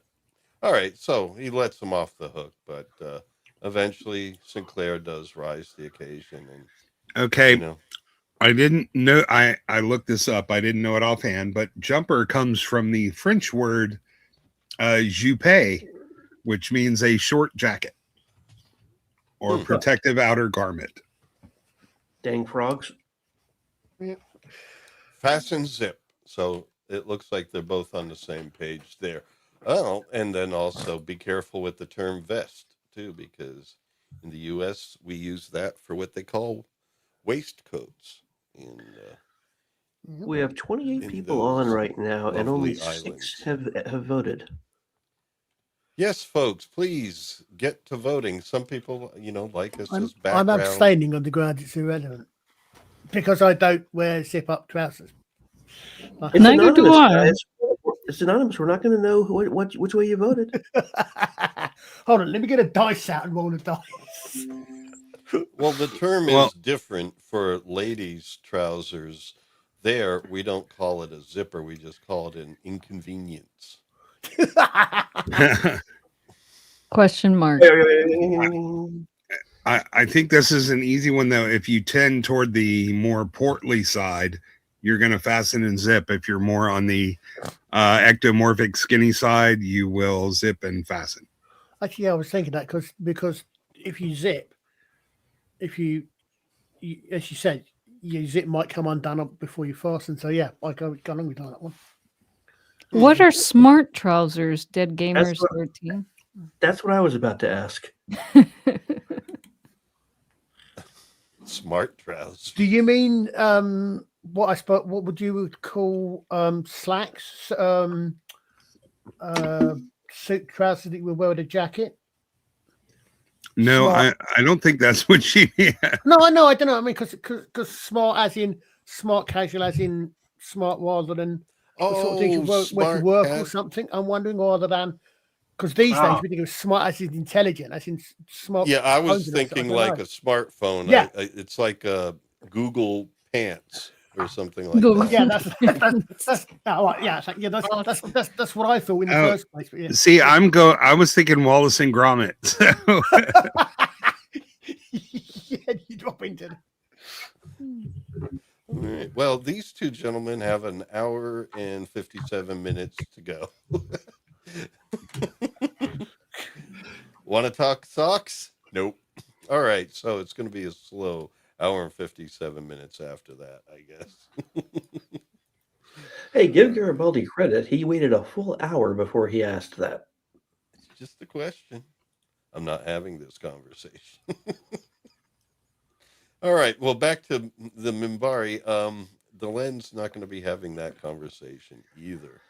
So we get to see the entryway to a Mimbari vessel here, or shall we say their grand hall. It's cool that the Mimbari ships actually have something like this. It's like, well, we need a grand hall. I well, don't this think. is a ceremonial ship. It's part temple, part Yep, spaceship. that's true, but it's also very feng shui. So basically, we see the protocol and being brought on board. And then here we go. The audience gets to see this, and it might look a little bit familiar. Ooh, cool. And the spotlights for people. And then the band takes the stage, and the Mimbari perform Stonehenge. And they do so with a little Stonehenge there in the back, you see. Okay. And then after the performance, the Grey Council does take their position. You'll never know what to expect on Earworms. Oh, If I could interpose with a very quick joke for what Swappers just wrote, guy is driving in England. He sees a hitchhiker on the side of the road with 3 eyes, 1 arm, and 1 leg. He stops the car, opens the door, and says, "Aye, aye, aye! You look ominous. Hop in." Oh, okay. Cool beans.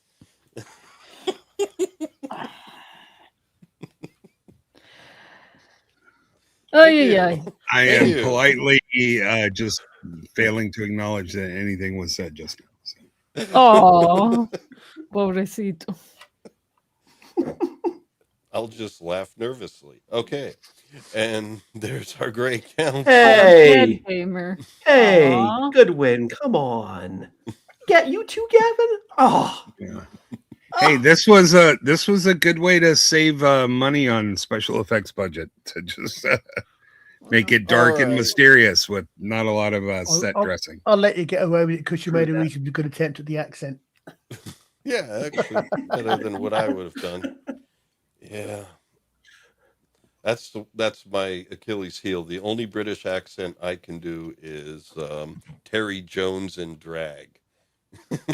Like Mandy, you think Mother so? of Brian. You think you can do that one? A bomb! A bomb! Ay, ay. Strike him very waffly, Centurion.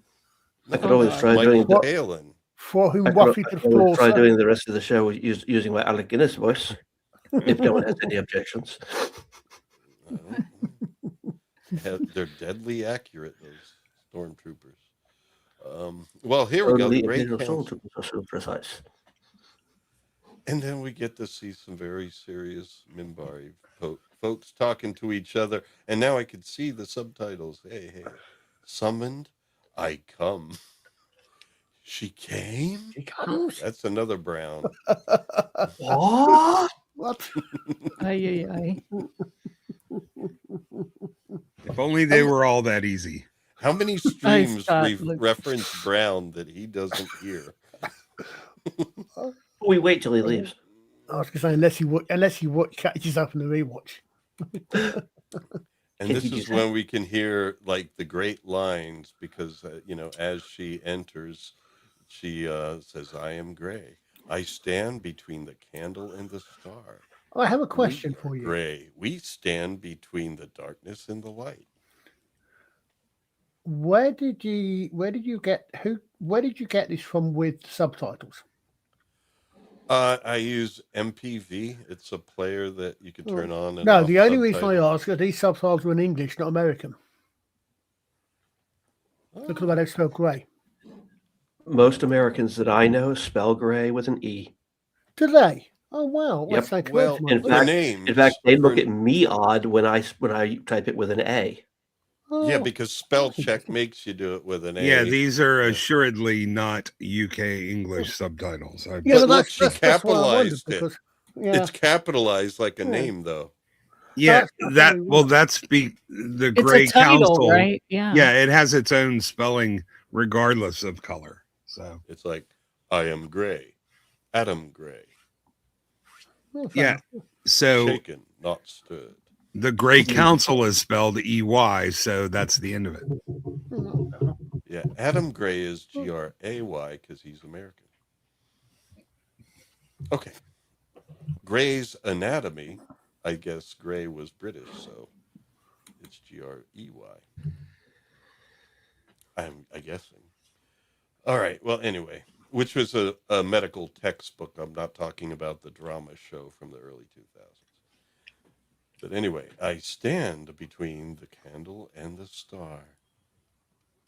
I do that too sometimes. We are gray. We stand between the darkness and the light. That's a very precarious position. And they bow to each other. No farting. And we welcome you, Delenn. And they're very nice at first. And I like the staff. That's a great hood ornament right there. You'll never trust pointy-headed Minbari. They always have some bad news or some beef with someone. Pointy-headed ones. Aren't Yeah, they Delen's all around pointy headed?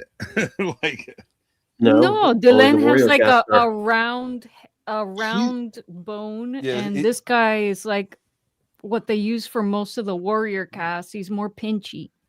let me go Mhm. back here and let's. Oh, where's the land? Come on, show me the land. Show me your bone. Delenn's is smooth. Yeah, Yes. yeah, very nice. You could argue the tip of I it is the point, I but I thought that Is was a that? male female thing. Yeah. Yeah, It Well, could hers looks be. like a halo. no, it's cast. No, they're female in the warrior cast that have spiky bones as well. Yep. But isn't this guy on screen? He's religious cast, isn't he? Yes. I was. Oh. I always. Well, I mean, it's kind of like your bones don't just all of a sudden go round if you become religious. Yeah, I was Class. going to say. Yeah. Nehruin didn't get round at the I end. just Oh, thought it now I'm was going way ahead.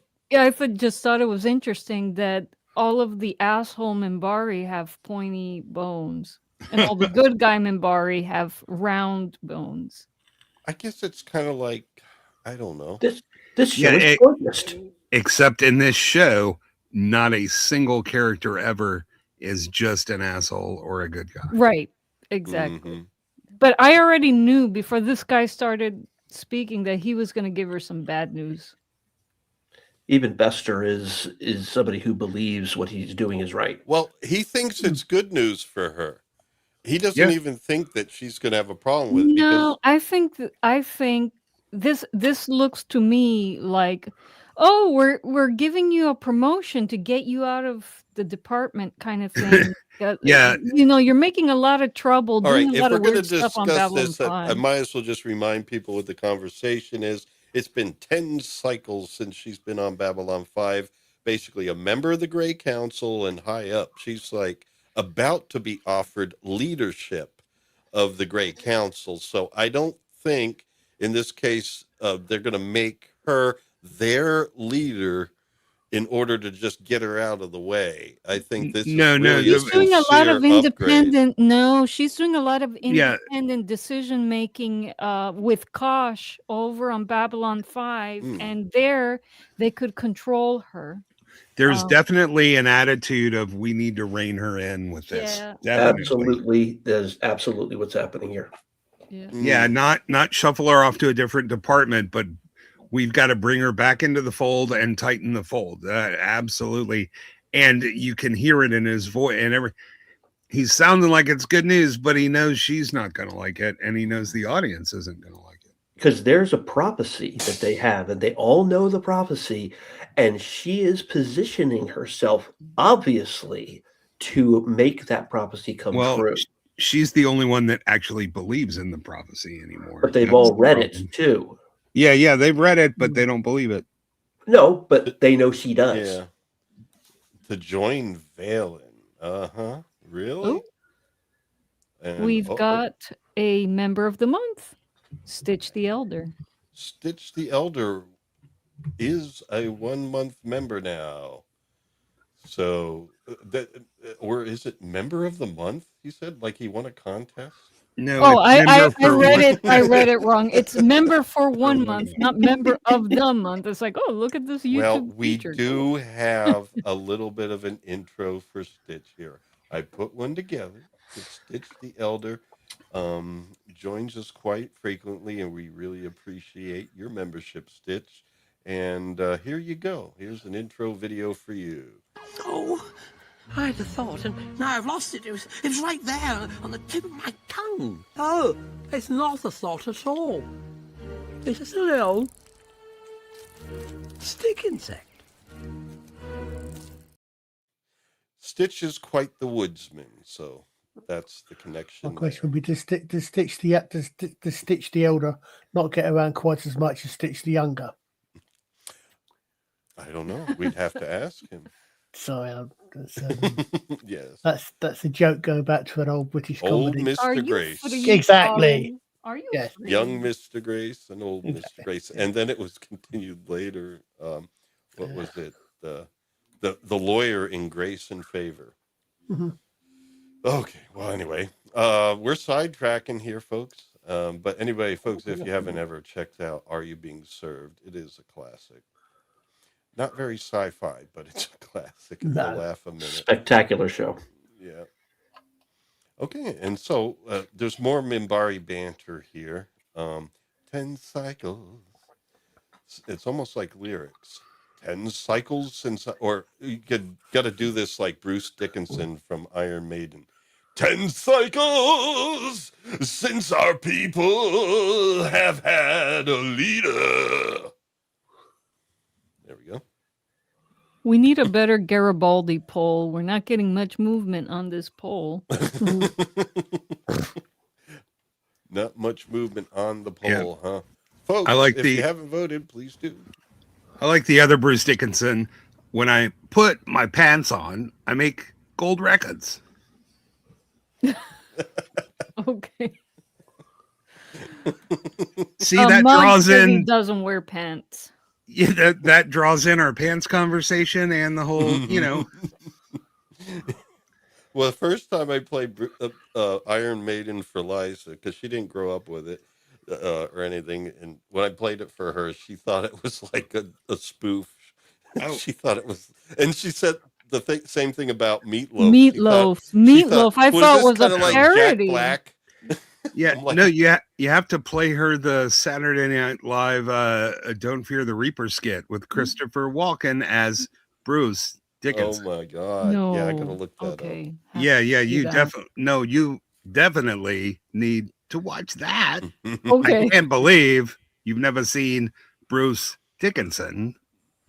No, but that does sound like Christopher Walken. She thought it was That's spot kind of on. like Jack Black or something. Is this like Tenacious D, like some joke thing? It's like, Oh no. yeah, we didn't know Meatloaf was a real band back in the day. It was before the internet. You just heard Yeah. who the fuck Meatloaf? What the hell? See Yeah, a but she picture of thought a that- magazine of some fat guy. It's like, what the hell? She thought the same thing with Iron Maiden. It's like, no, they inspired stuff like Spinal Tap and I thought Iron Maiden was a Tenacious D. not really existent medieval torture device, but well, what do I know? it is that as well. Womp womp. Iron Maiden, cool dude. So the time of mourning is complete. It's been 10 years. Yeah, That's Well- how long they mourn? it's hard to let go. Well, for at least their most illustrious leaders, I doubt if she had a puppy that died, they would mourn for 10 years. Yeah, Ducat, the Mimbari, not the Kardashian. Not Yeah, not gold Ducat. Ducat. It's- Yeah, it's actually Ducat. So Not just Marcolemo. Ducat. Oh, Ducat. Okay, I like that. Oh, man, but that- Although it would have been really weird if they'd actually had Marcolemo play Ducat as well. Oh man, when That would have been Great. when they did that in DS9, where Ducat, I lost all respect for him when he started sleeping with Kai Wen. That was just uncalled for. He's evil. He was supposed to end up with Kai Wynn. Mm. Yeah, I mean, let's be honest, Kyrie was a lunatic nurse as well. So Yeah, she's a Yeah. lunatic. And Yes. what was her first name? Naomi or something like that? Louise Fletcher? No, the Kai. Like he. Yeah. The character played by Louise Fletcher. Oh, man, those last couple seasons of DS9, Adami. they lost Adami. me. They lost me. I Mhm. I pretty much, as soon as Dax went, I was done. The whole show lost me. Mm. Oh. Plus, I was busy watching this show. yeah, Oh, Better. Well, I didn't see DS9 until a few years ago, actually. I grew When- up when- with when I was- DS9. No, and when I was TNG watching and- Babylon 5, actually, now and then I'd see some DS9 things when flipping through the channels.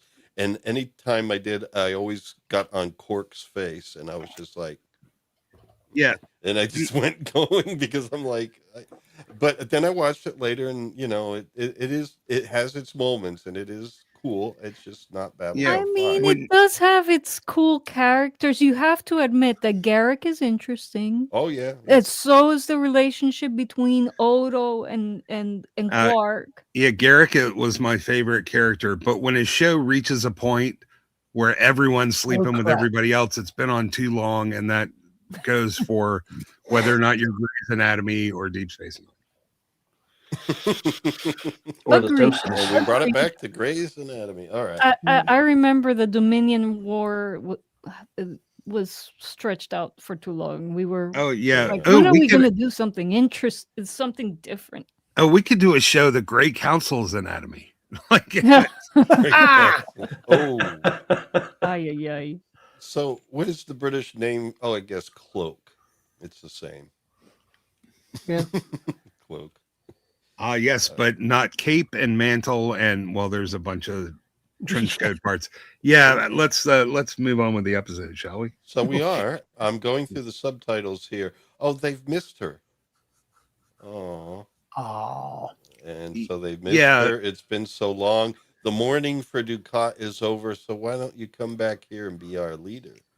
Yes, and the winner for the most insincere delivery line of the week goes to this douchebag. Oh, Yep. yes. Oh, also Pinchy Head, you see? Mhm. Why was I not Symbolic. told of this? Yeah. And so she's like, why was I not told of this? Yeah, I guess it's like we wanted you to come back here before we told you you're not going to go back. Instead of sending you a memo. But in any case, it was best in light of our decision. You have been chosen to lead us. Well, I mean, at least she's not being shut. If she's going to lead us, can't she just then countermand their decision? If you Well, saw how but she's Ducat badass. ran things, no. But If she's nomin- so badass. Like we said, Delen's badass. She's the real Well- thing. She's so badass before she even takes the leadership. She's like, Yeah, no power comes without a cost, and the cost of her being able to say that is the cost of her having to leave Babylon 5. So no, she couldn't actually do that.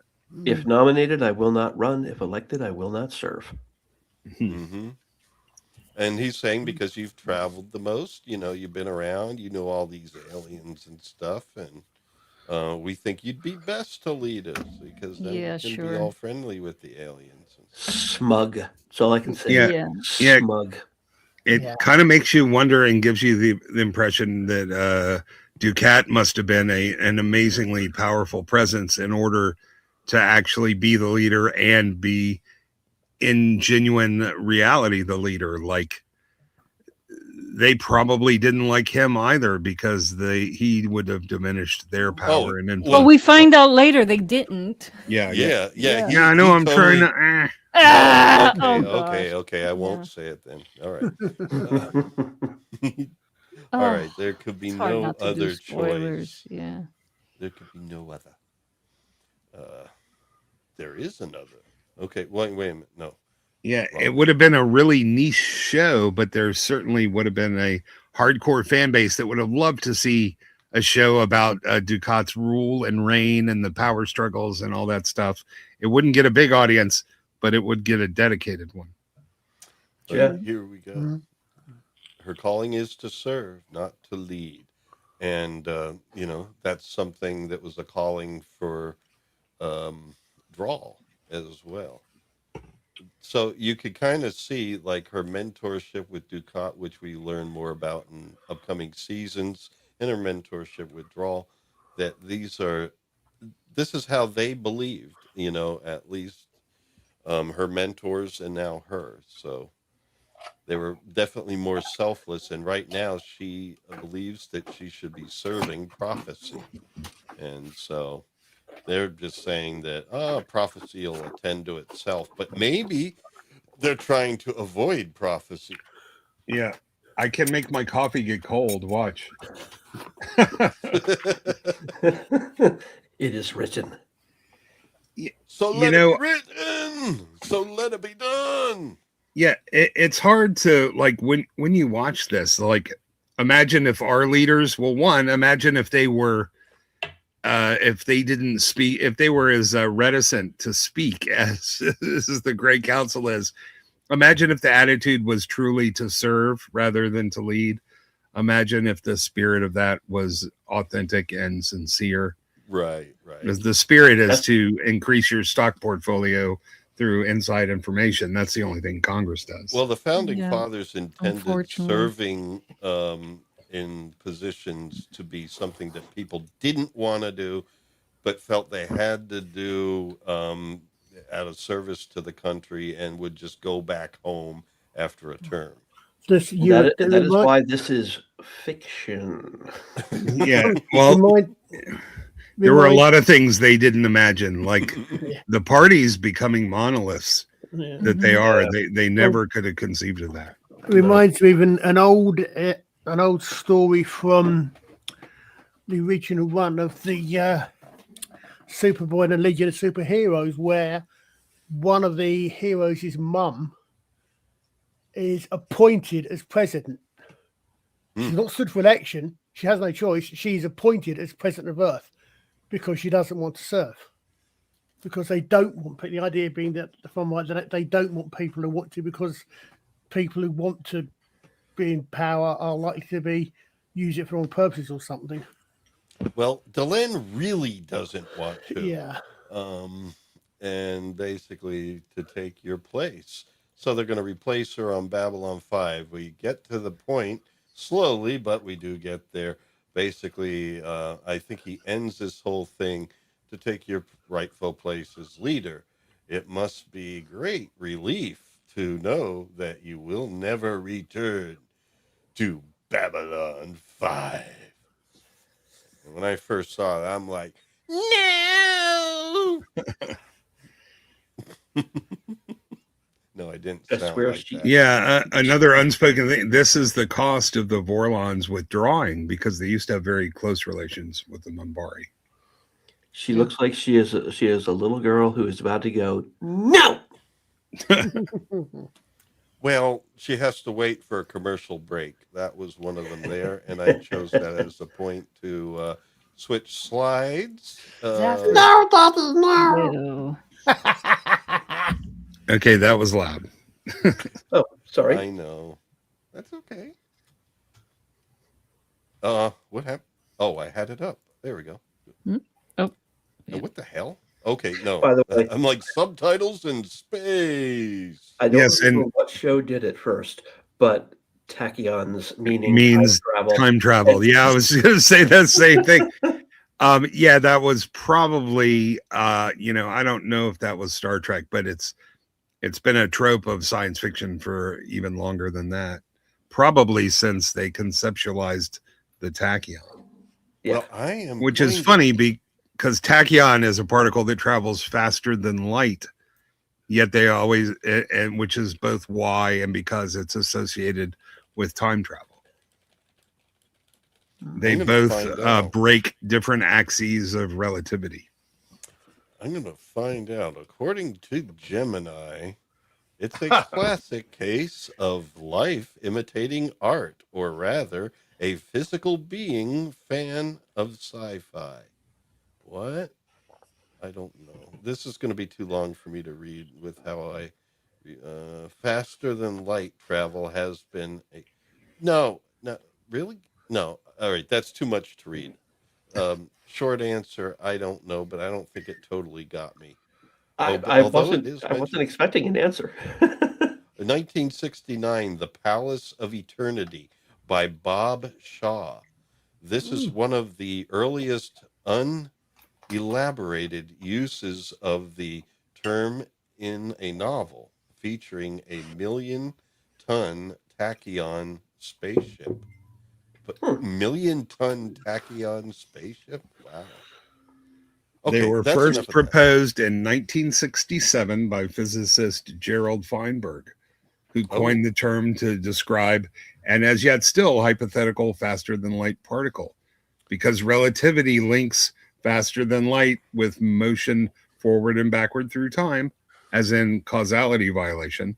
Tachyons were quickly adopted into the science fiction community starting in the 70s.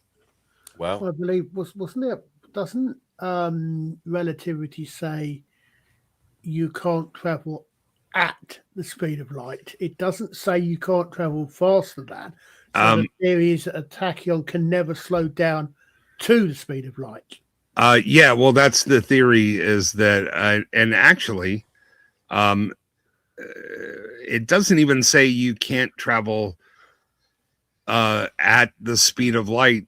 It just mathematically creates a division by zero, which is undefined in our current mathematics. So it's one of those things where a singularity point in math was interpreted as something that was physically impossible. We don't even know. There's a lot to talk about when it comes to relativity. And this, of with course, is infinite mass, you wouldn't be able to fasten nor zip. And this is, of course, talking about the speed of light in a vacuum. The speed of light in water is exceeded by radiation all the time. It's what we call Cherenkov radiation. It's what we get that blue glow from in some What's that? What Cherenkov is? Oh, I didn't know that. Yep. It's the radiation is actually traveling faster than the speed of light in water. All right. Holy shit. Well, it's just in any transparent medium. It's not just water. It's specifically about water with Cherenkov radiation. Okay. Do they talk about that in Sequest? Anyone remember that show? Yeah, I remember Sequest. With Dr. Floyd Sunday as the night captain of the Roy ship. Scheider. Yeah. As an engineer, though, I got to push back on Dutch. It's demonstrated in water because it is a transparent medium, but Cherenkov radiation specifically refers to the speed of light in a transparent medium. Oh, well, thank you for correcting me. Okay. It's just we usually see it in water.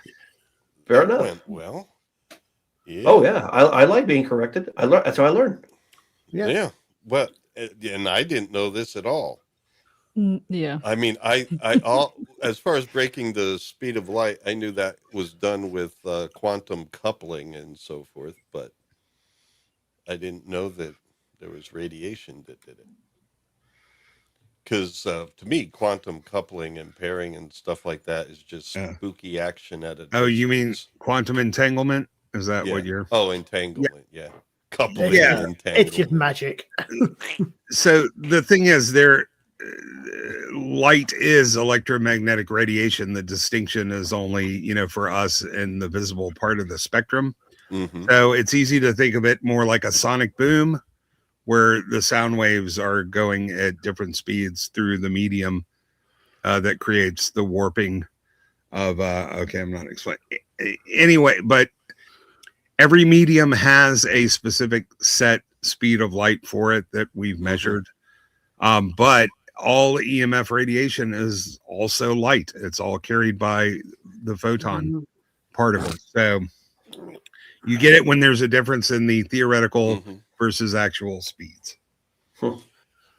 That's interesting. I might as well ask this question while we're close to the subject. This is something that always kind of bothered me, is like when you hear some of these descriptions of the double slit experiment, and they kind of, like, especially on some of these documentaries, conclude that, the particle properties versus the waveform properties appearing is completely based on when making the decision to observe it. And I was wondering, wait a minute, isn't it determined by the method of observation as opposed to just making that decision to observe?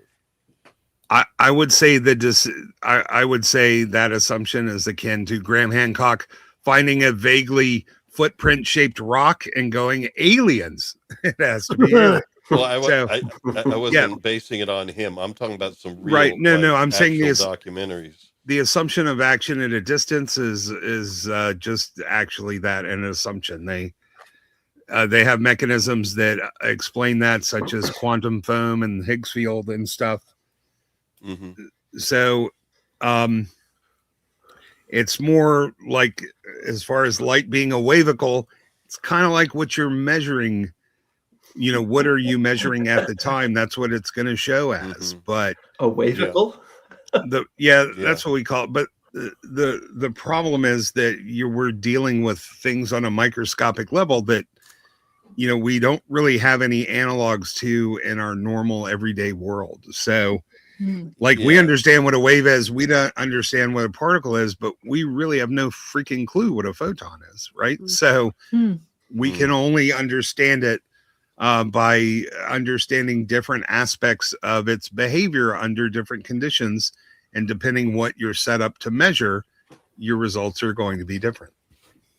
All right. Well, I was just feeling, or at least getting the impression, even from their demonstrations, well, not demonstrations, illustrations, that basically it's not whether you decide to observe the trying to, it's not the decision to observe that makes the particle appear instead of the waveform.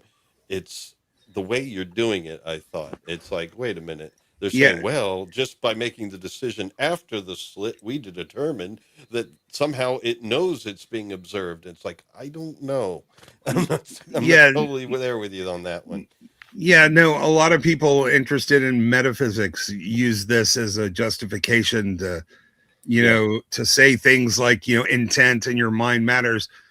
But it's more like the fact that those properties don't actually exist until they're measured. So again, it's sort of trying to understand something in a completely different form of existence. It's not that, you can't understand a particle's momentum and location at the same time. It's that those two things do not simultaneously exist for something on the atomic level. So so it's sort of like it's the uncertainty principle. A lot of people interpret that as that by measuring something you change something. But you can also interpret it as the qualities cannot exist simultaneously, because you're not dealing with a marble where you can see it, where it is and where it's going. That's not how subatomic particles work, kind of thing. So an electron gets pulled over by a cop. Does that help at all? It's not a physical object. It's almost in itself a sort of hypophysical one, metaphysical, whatever you want to call it. But I don't think humans deciding to do something enter into it at all. Physics existed long before the evolution of light. I was thinking that it's not about it being thought into existence as a particle. It's more like you're observing it now, and the way you're observing it is going to reveal a particle, whether it's before or after the split. Split. And we've discovered other properties of subatomic particles that we didn't even know existed. There's spin, there's charge, there's color, there's balance. So there might be 5 other properties that no one's even imagined yet that can be exhibited by these particles. It's there you go, Stitch. And with quarks, there's also laws of acquisition. There is. God, what's with the dad jokes tonight? This is painful. An electron gets pulled over by a cop. Cop says, "I clocked you doing 80 miles an hour." The electron says, "Ah, crap, now I'm lost."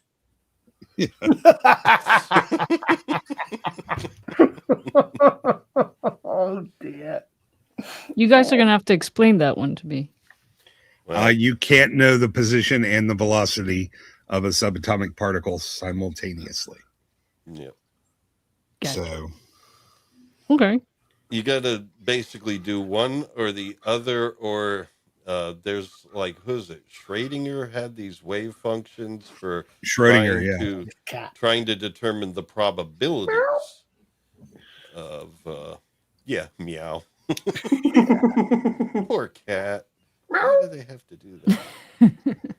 No, that's where the whole thing came from. The cat, like the cat's in a box, and. Was it a gun in the box too? Is the cat alive or dead? Radioactive source, isn't it? What? Yeah. It's radioactive decay or something, I think. I don't know. I don't remember. But yeah, Schrodinger's cat. Don't be a cat and, find yourself being adopted by a quantum physicist, because it's probably not going to go well. You'll question your own existence. You might or might not go well. But you don't have to worry about cats. Yeah. So typically a subatomic particle would have 5 characteristics. I'm just doing that. I don't have a standard model in front of me. So location, charge, spin, which doesn't mean spin like in the way we think of things spinning. It's just the word that we've used to assign a sort of vague idea of angular momentum, mass and composition, like what kind of quarks and how many of them.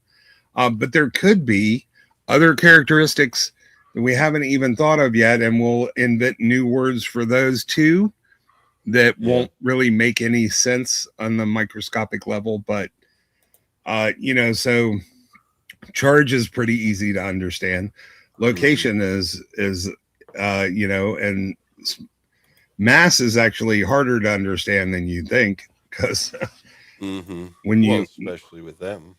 Yeah. So I'm saying that all of this is so like a fermion would be a class of subatomic particles that all have the spin of 1/2, and your other options are 1 and 0. All of this to say is that you cannot really associate these words we use when describing subatomic particles with how things in our normal everyday world act and interact. Yeah. It's all just analogous. It's all like an analogy. Yeah, I guess what's his name? Stephen Hawking should have included a few more asterisks in his brief history of time. It's all Democritus's fault for drawing an atom like a solar system. That's where we first fucked up. Oh man, a lot of people make that mistake. Yeah. but the scanners are picking up an object. Yes. And those wacky sci-fi scanners. Son of a gun. And is it an object? And this is a big ass object, about 5 miles long, and it's green. I like green. And they're heading right for it. Little do they know there was some other ship going this way too. What? Okay. I find it interesting that the design of Babylon 4 is so significantly different than that of Babylon 5. Yeah. Well, I mean, these guys built Babylon 4, and then it vanished, so they got fired, and another contract came to make Babylon 5. Yeah. You know, somebody had to take the fall for that, because God knows the politicians were not going to. So. Well, it just disappeared, folks. We don't know what happened there. Yeah, I do find the radial solar panels don't seem to be as efficient as ones that are all aligned, since the stars light is all going to be coming from one parallel direction. So it's almost a war on in some ways. They're finishing construction. Maybe they didn't. Well, they have power, so. The ship itself eclipses half of the panels. Yeah, well, I assume it'll point its butt toward the sun. So. Okay, well, I think we can get beyond this slide now. But anyway, the good news is the tachyon emissions are up 50%. Or is that this is good news? More is better. Okay. Yeah, well, I mean, normally it wouldn't be, but if you're looking for something to come from another time, probably means good news. And I have to ask, does he mean it's up 50% from where it was, or it's up 50 percentage points? Like there's some level of tachyons they're allowed. I would say relatively, it's up 50% from where it was, probably. Fair enough. Yeah, and here we do see the inside. A similar interior decorator, although this one, maybe a little bit more flashy. But anyway, they creep in because obviously this place has just appeared. They don't know what's going on. They know that they probably have a crew in there somewhere, but they still, it's best to be cautious. So Sinclair and Garibaldi are kind of creeping in.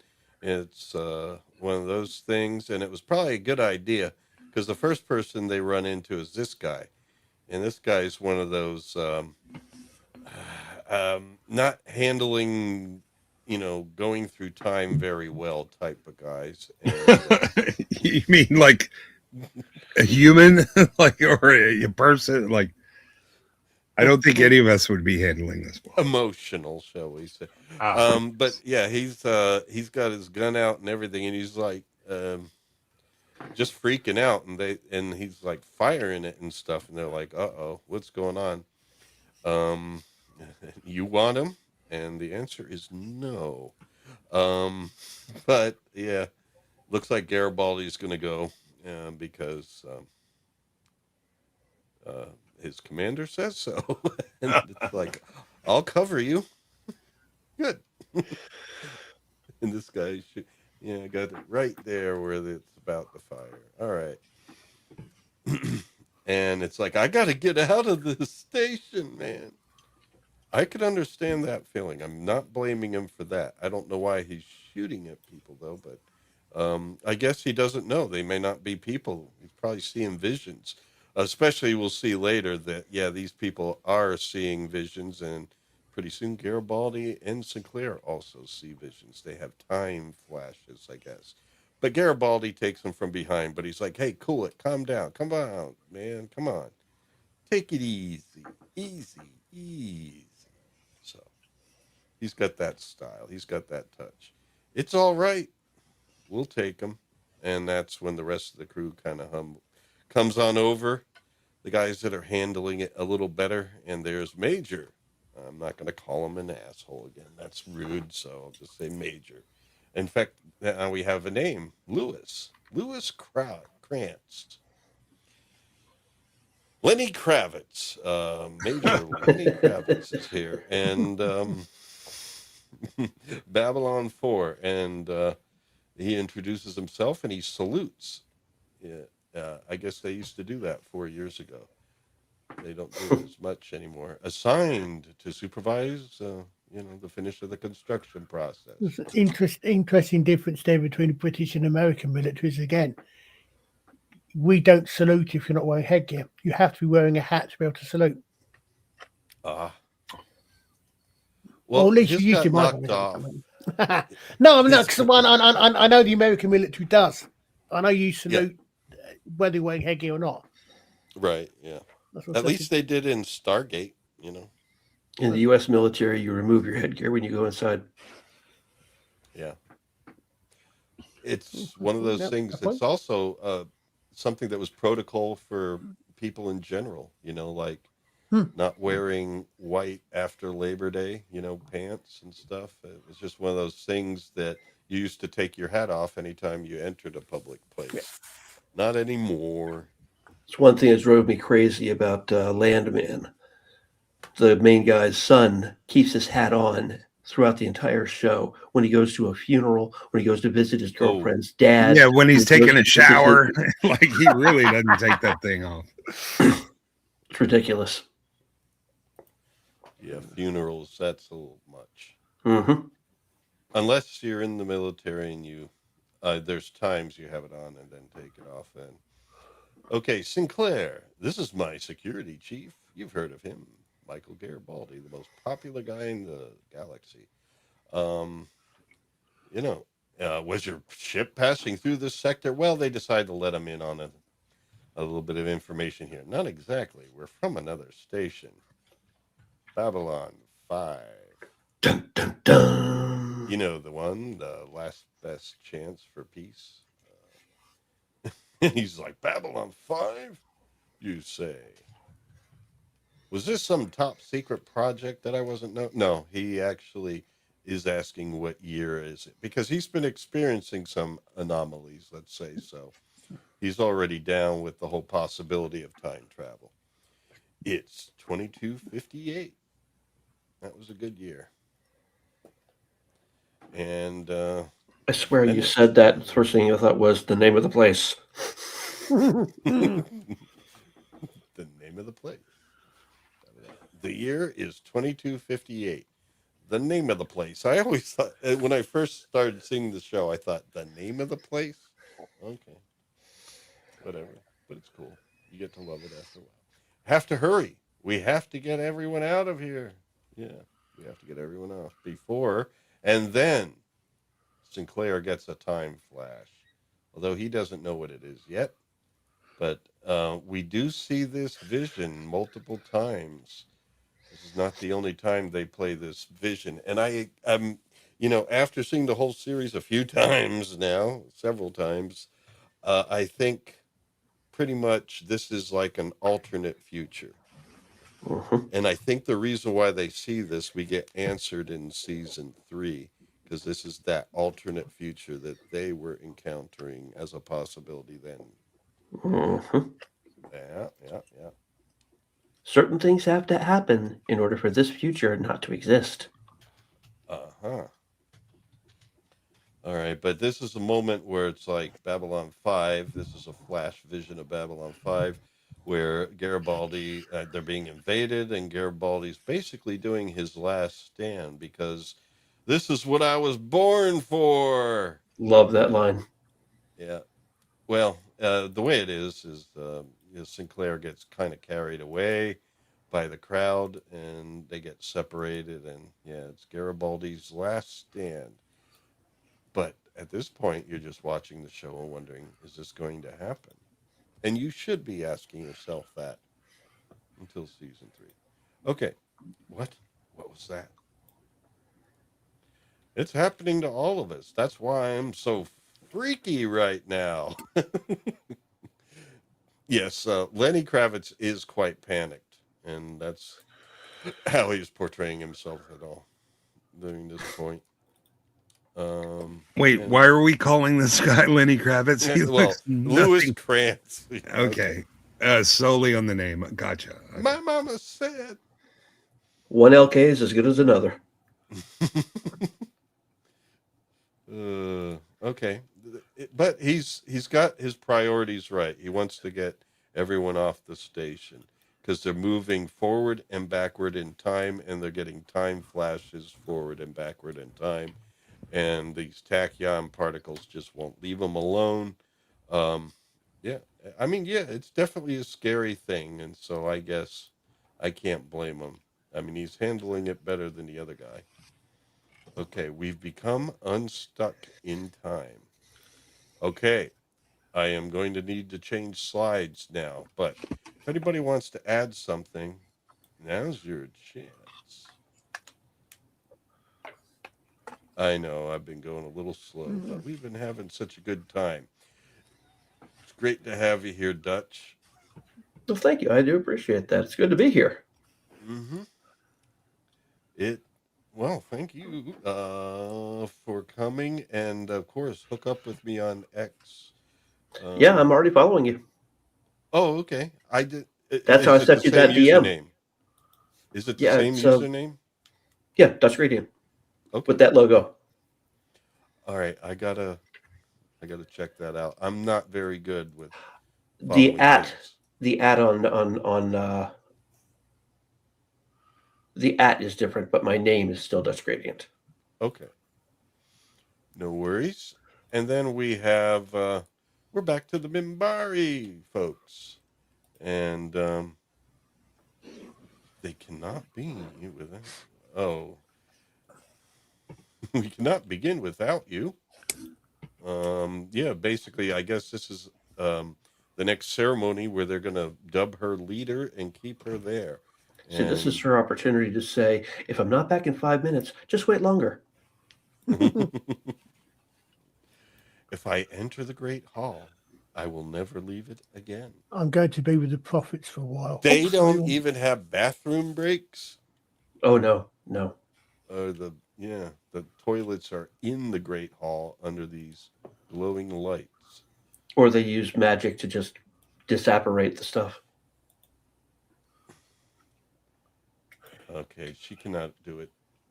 She cannot accept this calling. Repulso. Oh God, I can't think of something. No one in 1,000 years has refused. Maybe 1,000 years ago somebody refused, but not since then. I wonder if that refusal is was named Valen back in I get the feeling that the position was created 1,000 years ago. Yeah, I was going Uh, to say, because 1,000 years ago, Valen's the one that created the Grey Council, didn't he? Yeah. Yeah, we really don't know Oh. what they were like before Valen so No. much. No. Yeah, he had a lot to do with their culture and everything. Did he create the castes as well? Yes. It was his fault. All Valen's fault. That why the son of halls. That's that why the son, halls always kept dark. Thank that you, there, son of a James woman. Rex. That dirty, rotten son of a woman. I wonder Yeah. why Valen would create a caste system. That's not nice. We know why. We know why exactly why he did everything. Balance. And 3.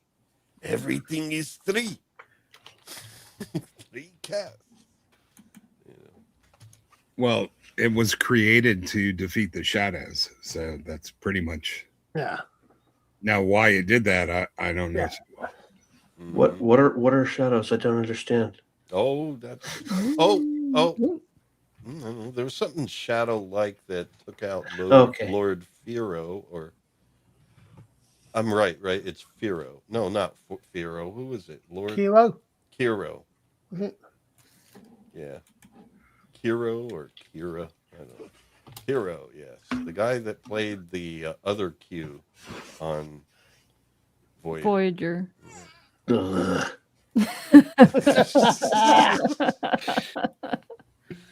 The voice of ego and pride. No.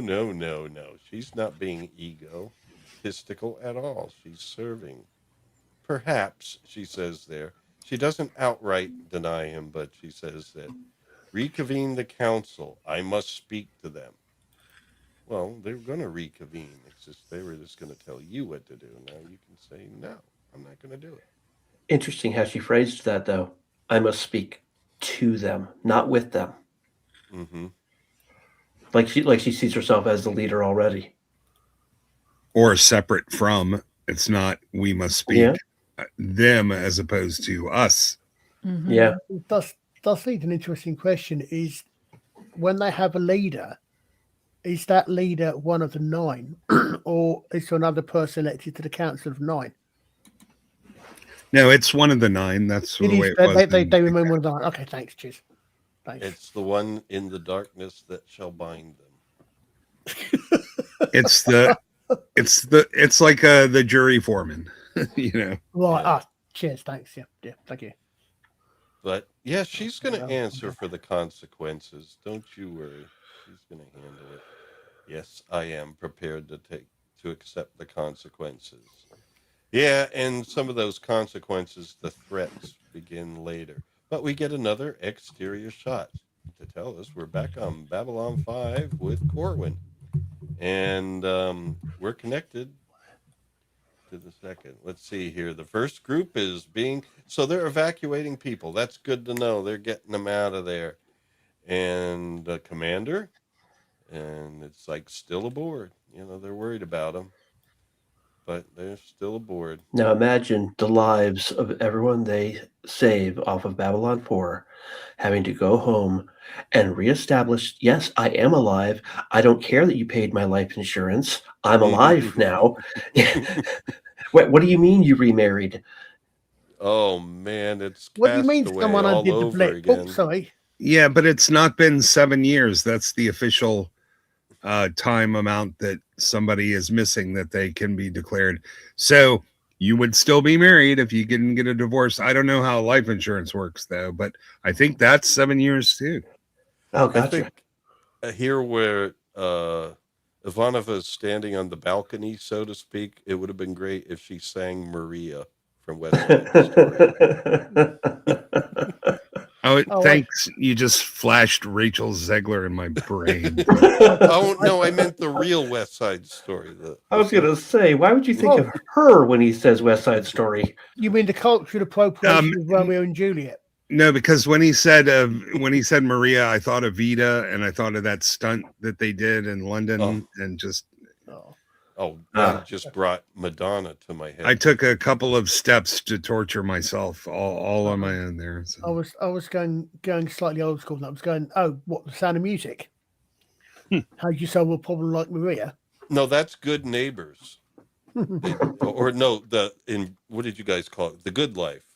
The Good Life, where Margot Ledbetter sang Maria from West Side Story instead of what she was supposed to sing in The Sound of Music. Sorry. Right. I don't remember that one. Okay. It could be because I don't know West Side Story, but I do know The Sound of Music. So. Okay, there we go. Yeah. All right. So here we are. I just noticed Babylon 4 looks much more like a pinching hazard than Babylon 5. You definitely don't want to get your fingers stuck in that shit. Nope.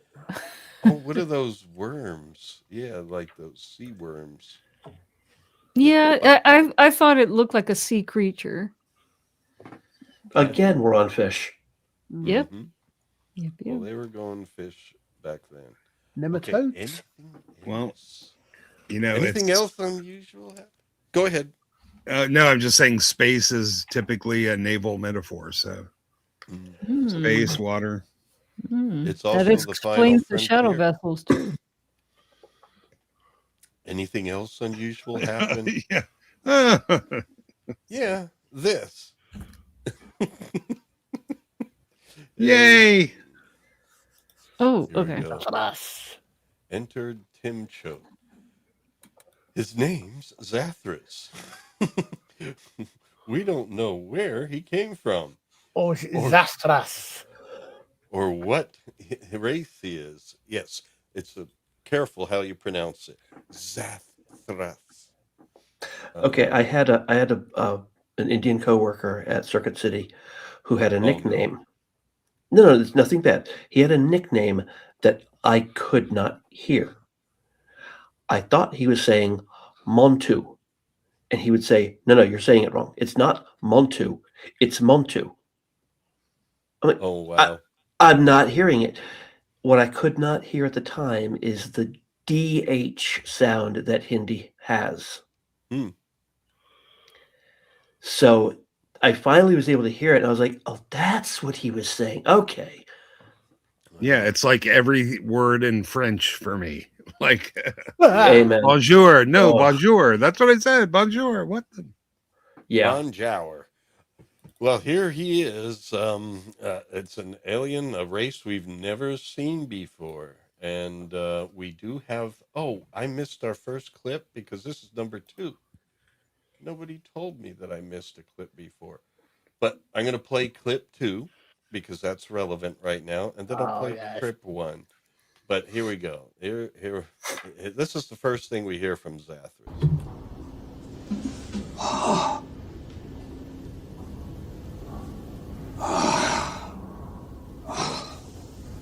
Not the one. Okay. Yeah, that's only going to pay off in 3 years. Yeah. There can be only one. Not what? Highlander. Not the one. Not the one what, actually, is what he said. See, here the subtitle's different. It says not what. He actually says not the one what is what Sinclair says. So you see the subtitles aren't always right. Yeah, absolutely. Not the one. And then it says won't talk, can't talk. Not the one. Zathras does as he's told. They told me. Zathras listens. He does. Mm-hmm. All right. So this is not going to be completely accurate, but it's cool lines. I mean, it doesn't make sense till later, though. Yeah, and it's amazing how much it does make sense once you go back and see it again. Yep. He keeps talking like that. Where did you find him? You know, the first time I saw this, I was like, this guy's annoying me. Zathras actually was annoying me. I'm like, you can't let him take the station. I don't trust him. He keeps talking like that. Yeah. All right. So anyway, 1 minute. We done the conference room. Yeah. All right. Yeah. Okay. Meet me down in the conference room. Whatever. I don't need to read all this. So let's keep going here. Um, and basically, Sinclair needs to find out more information. He's the one that's really interested. The major's not. What are you doing here? And he's like, says, need this place. And he talks about a war, a great war. Everything's at stake, but there's a great hope for peace. And oh man, I shouldn't be messing this up. Needing this place, we take. No more to telling. I can't speak like Zathras. Why It's do not you need difficult. Babylon for? Why do you need Babylon for? We need it as a base of operations, basically, is what he's saying. Oh man, but you gotta. I mean, man, watch this. Zathras tells maybe you let Zathras go. There, you can do the lines. You can do the lines. But there's one line here where Zathras will try. Garibaldi threatens him. So Zathras.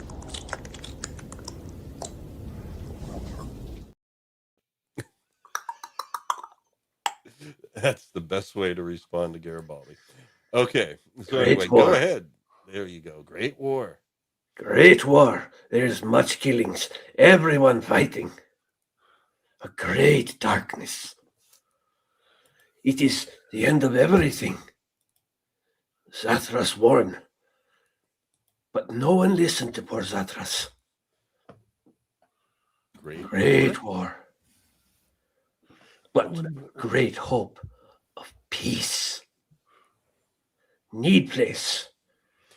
Sinclair should have known right there. This is in his Oh, that monologue. was very good. Yes. This is in his monologue. Thank you. Zathras try. You Zathras need speak Babylon to 4 as the base of operations in a war. Uh-huh. To help save galaxy Yes. on the side of light. So important. So they tell me. Must have, or it is the end of all. The one leads us. The one tells us to go. We go. We live for the one. We die for the one. We pull this place through time to save us all. Okay, Liza, you can do that one. Tidings of I can't do Garibaldi. Pull through time to where? The past? The future? Oh, that's a Okay. good Garibaldi. That's a good Garibaldi, yeah. Where you come from? What year is it? By my world time, it is year 4993. Then Lenny Kravitz says, Uh, But what is where's that in that Earth at? time? That date doesn't do us any good. yeah, he's Much apologizing. Mathematics, not Zathras skill. all right, so they're not getting very Can you, far. can you but tell I like doing voices? You're awesome, yes, you're very good. man. Yeah, Wow. Yeah, thank you. with my vision. I mean, I'm good at doing voices, but with my vision and running the stream, I prefer not to. Zathras go now. Awesome. That's us go where? or when. Major, it's back. Oh, well, so they run out the door. Zathras sees it as a chance to get out. He runs out. The guards follow him. I love the one guard looking at the other like he's saying, hey, is he allowed to do that? I don't think so.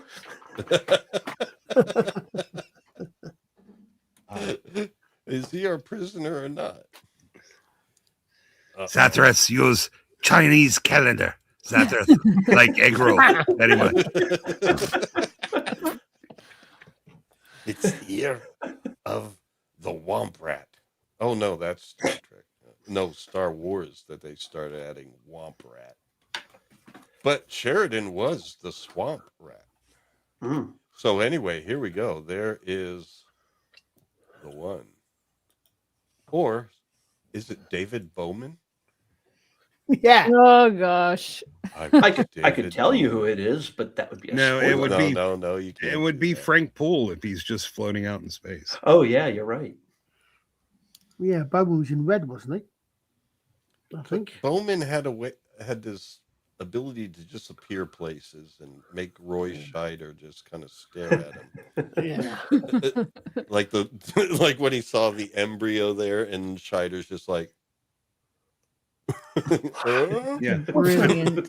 Archer's Something- correct that those suits were orange, so yeah, that's Oh, not yeah. really red. Something wonderful. Yes. It is Is the this one. the one? It is the one. See, I told you, there's a one. And now the one kind of reaches out. Oh, and we have other slides. I'm sorry. Oh my goodness, let's get it. Oh, I Load see them. some. Load them steamers. already. What are you waiting for? Starting to sound like Londo at this point. Yeah. What are No, you that- waiting for? What? Ah, there we go. What are you waiting for? Oh, It means nothing.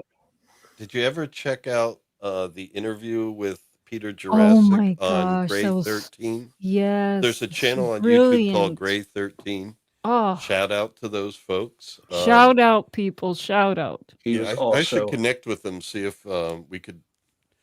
Yes. he was some also great cross-pollination. to talk with. He was Amira Furlan, Stephen First, and Stephen First told me he was not in Animal House. I don't know why he said that. Really? Sorry, we have the movie right here, dude. Like, I know. I was like, and I was like, I was sure that was you. Okay, if you say you're not, then He was messing with Yeah. you. it's amazing. Yeah, but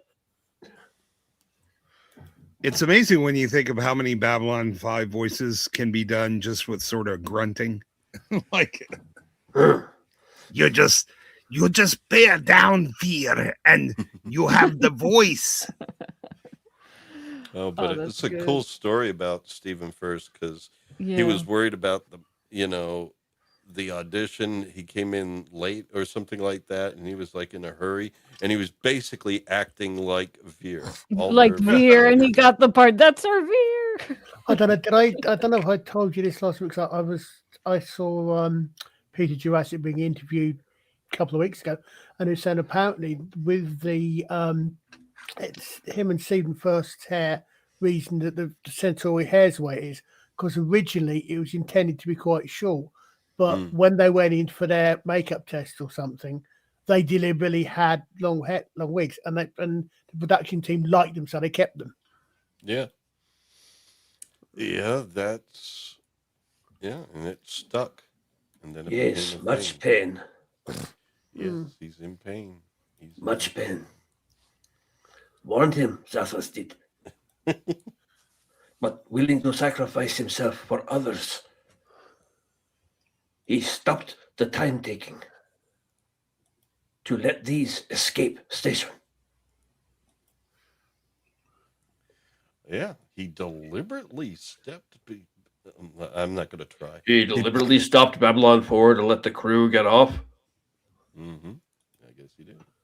Yeah, that just sounds like Dutch Gradient talking with a deep voice. I know, that's the only way I can do him.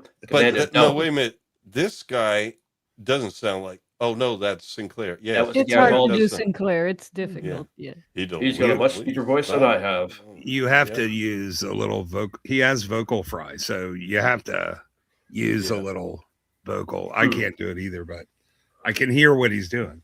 Commander, don't. That's not Garibaldi. Garibaldi talks more like this. Yeah. Homer, you have to stop that guy. I thought it was Major. Yeah, I thought it was Major Kravitz there. No, I guess it could have been.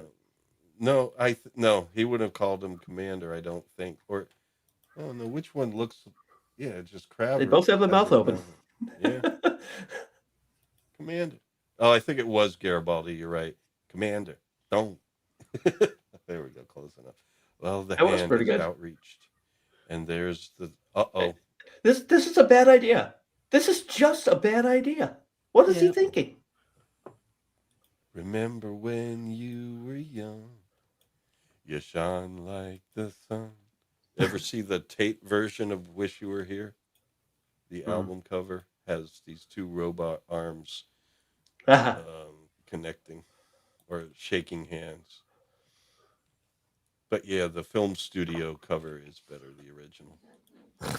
All right. And well, it doesn't go well. He kind of gets thrown on his back.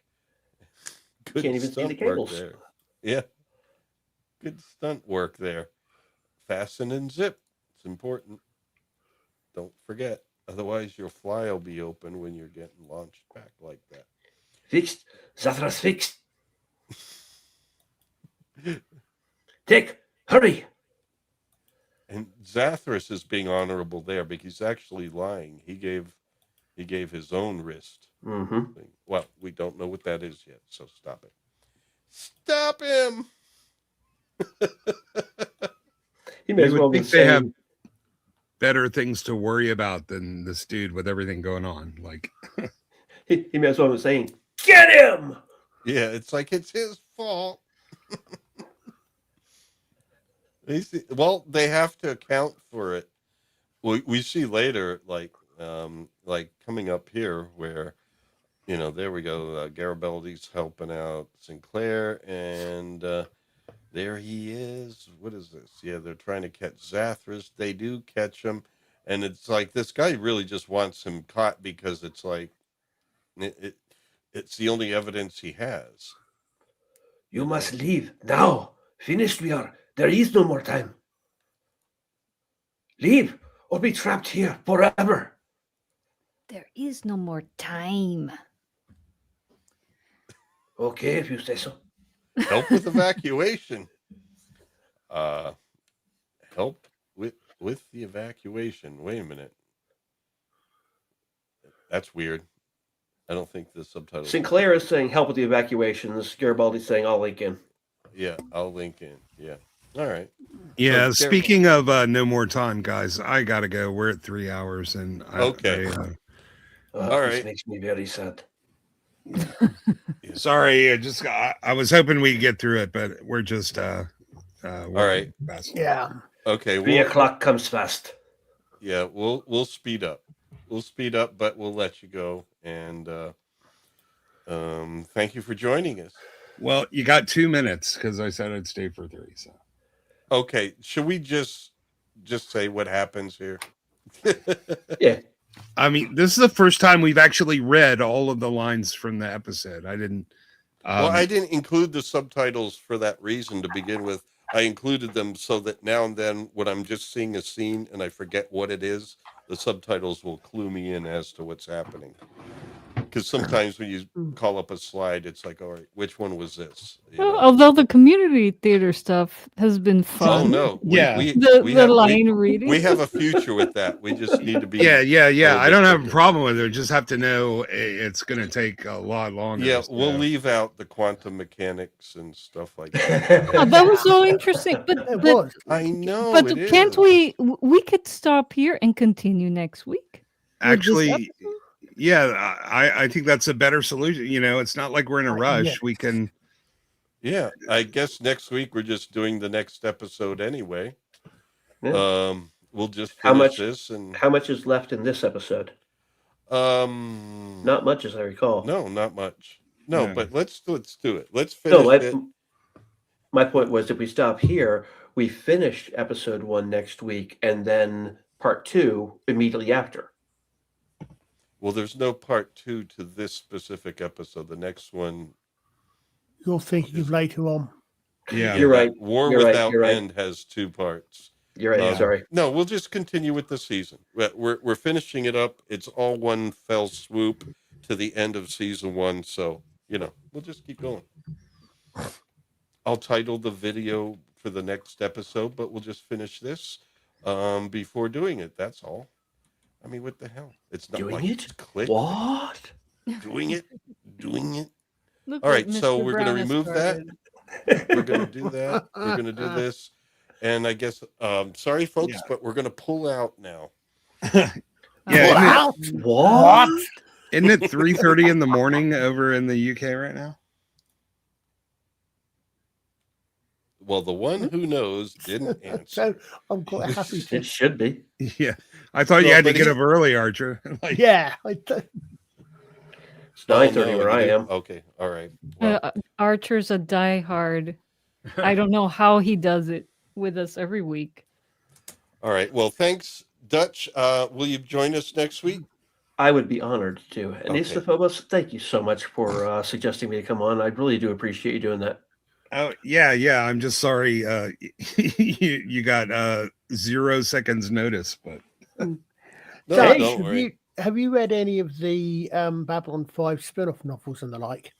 I Great have way not. to end. Yeah, Great way to end yeah. is to start a whole new thing. We're going to start with that next time, but yes. we're going to start with that next time, Archer. We're going to do that. No, It'll be really I- short because I haven't read them. No, it's not say because there's some of them that fit in a lot of the backstories. All right. Cool. But I'm currently rereading or reading the Expanse Yeah. for the first time. Yeah. we will do Good night, so. guys. Good night. Good night. Guys, It goes on and on and Oh, tell on me and about it. on. All right, I love that guys. song. See you next week. Take care. Don't stop believing. Don't Awesome. believe.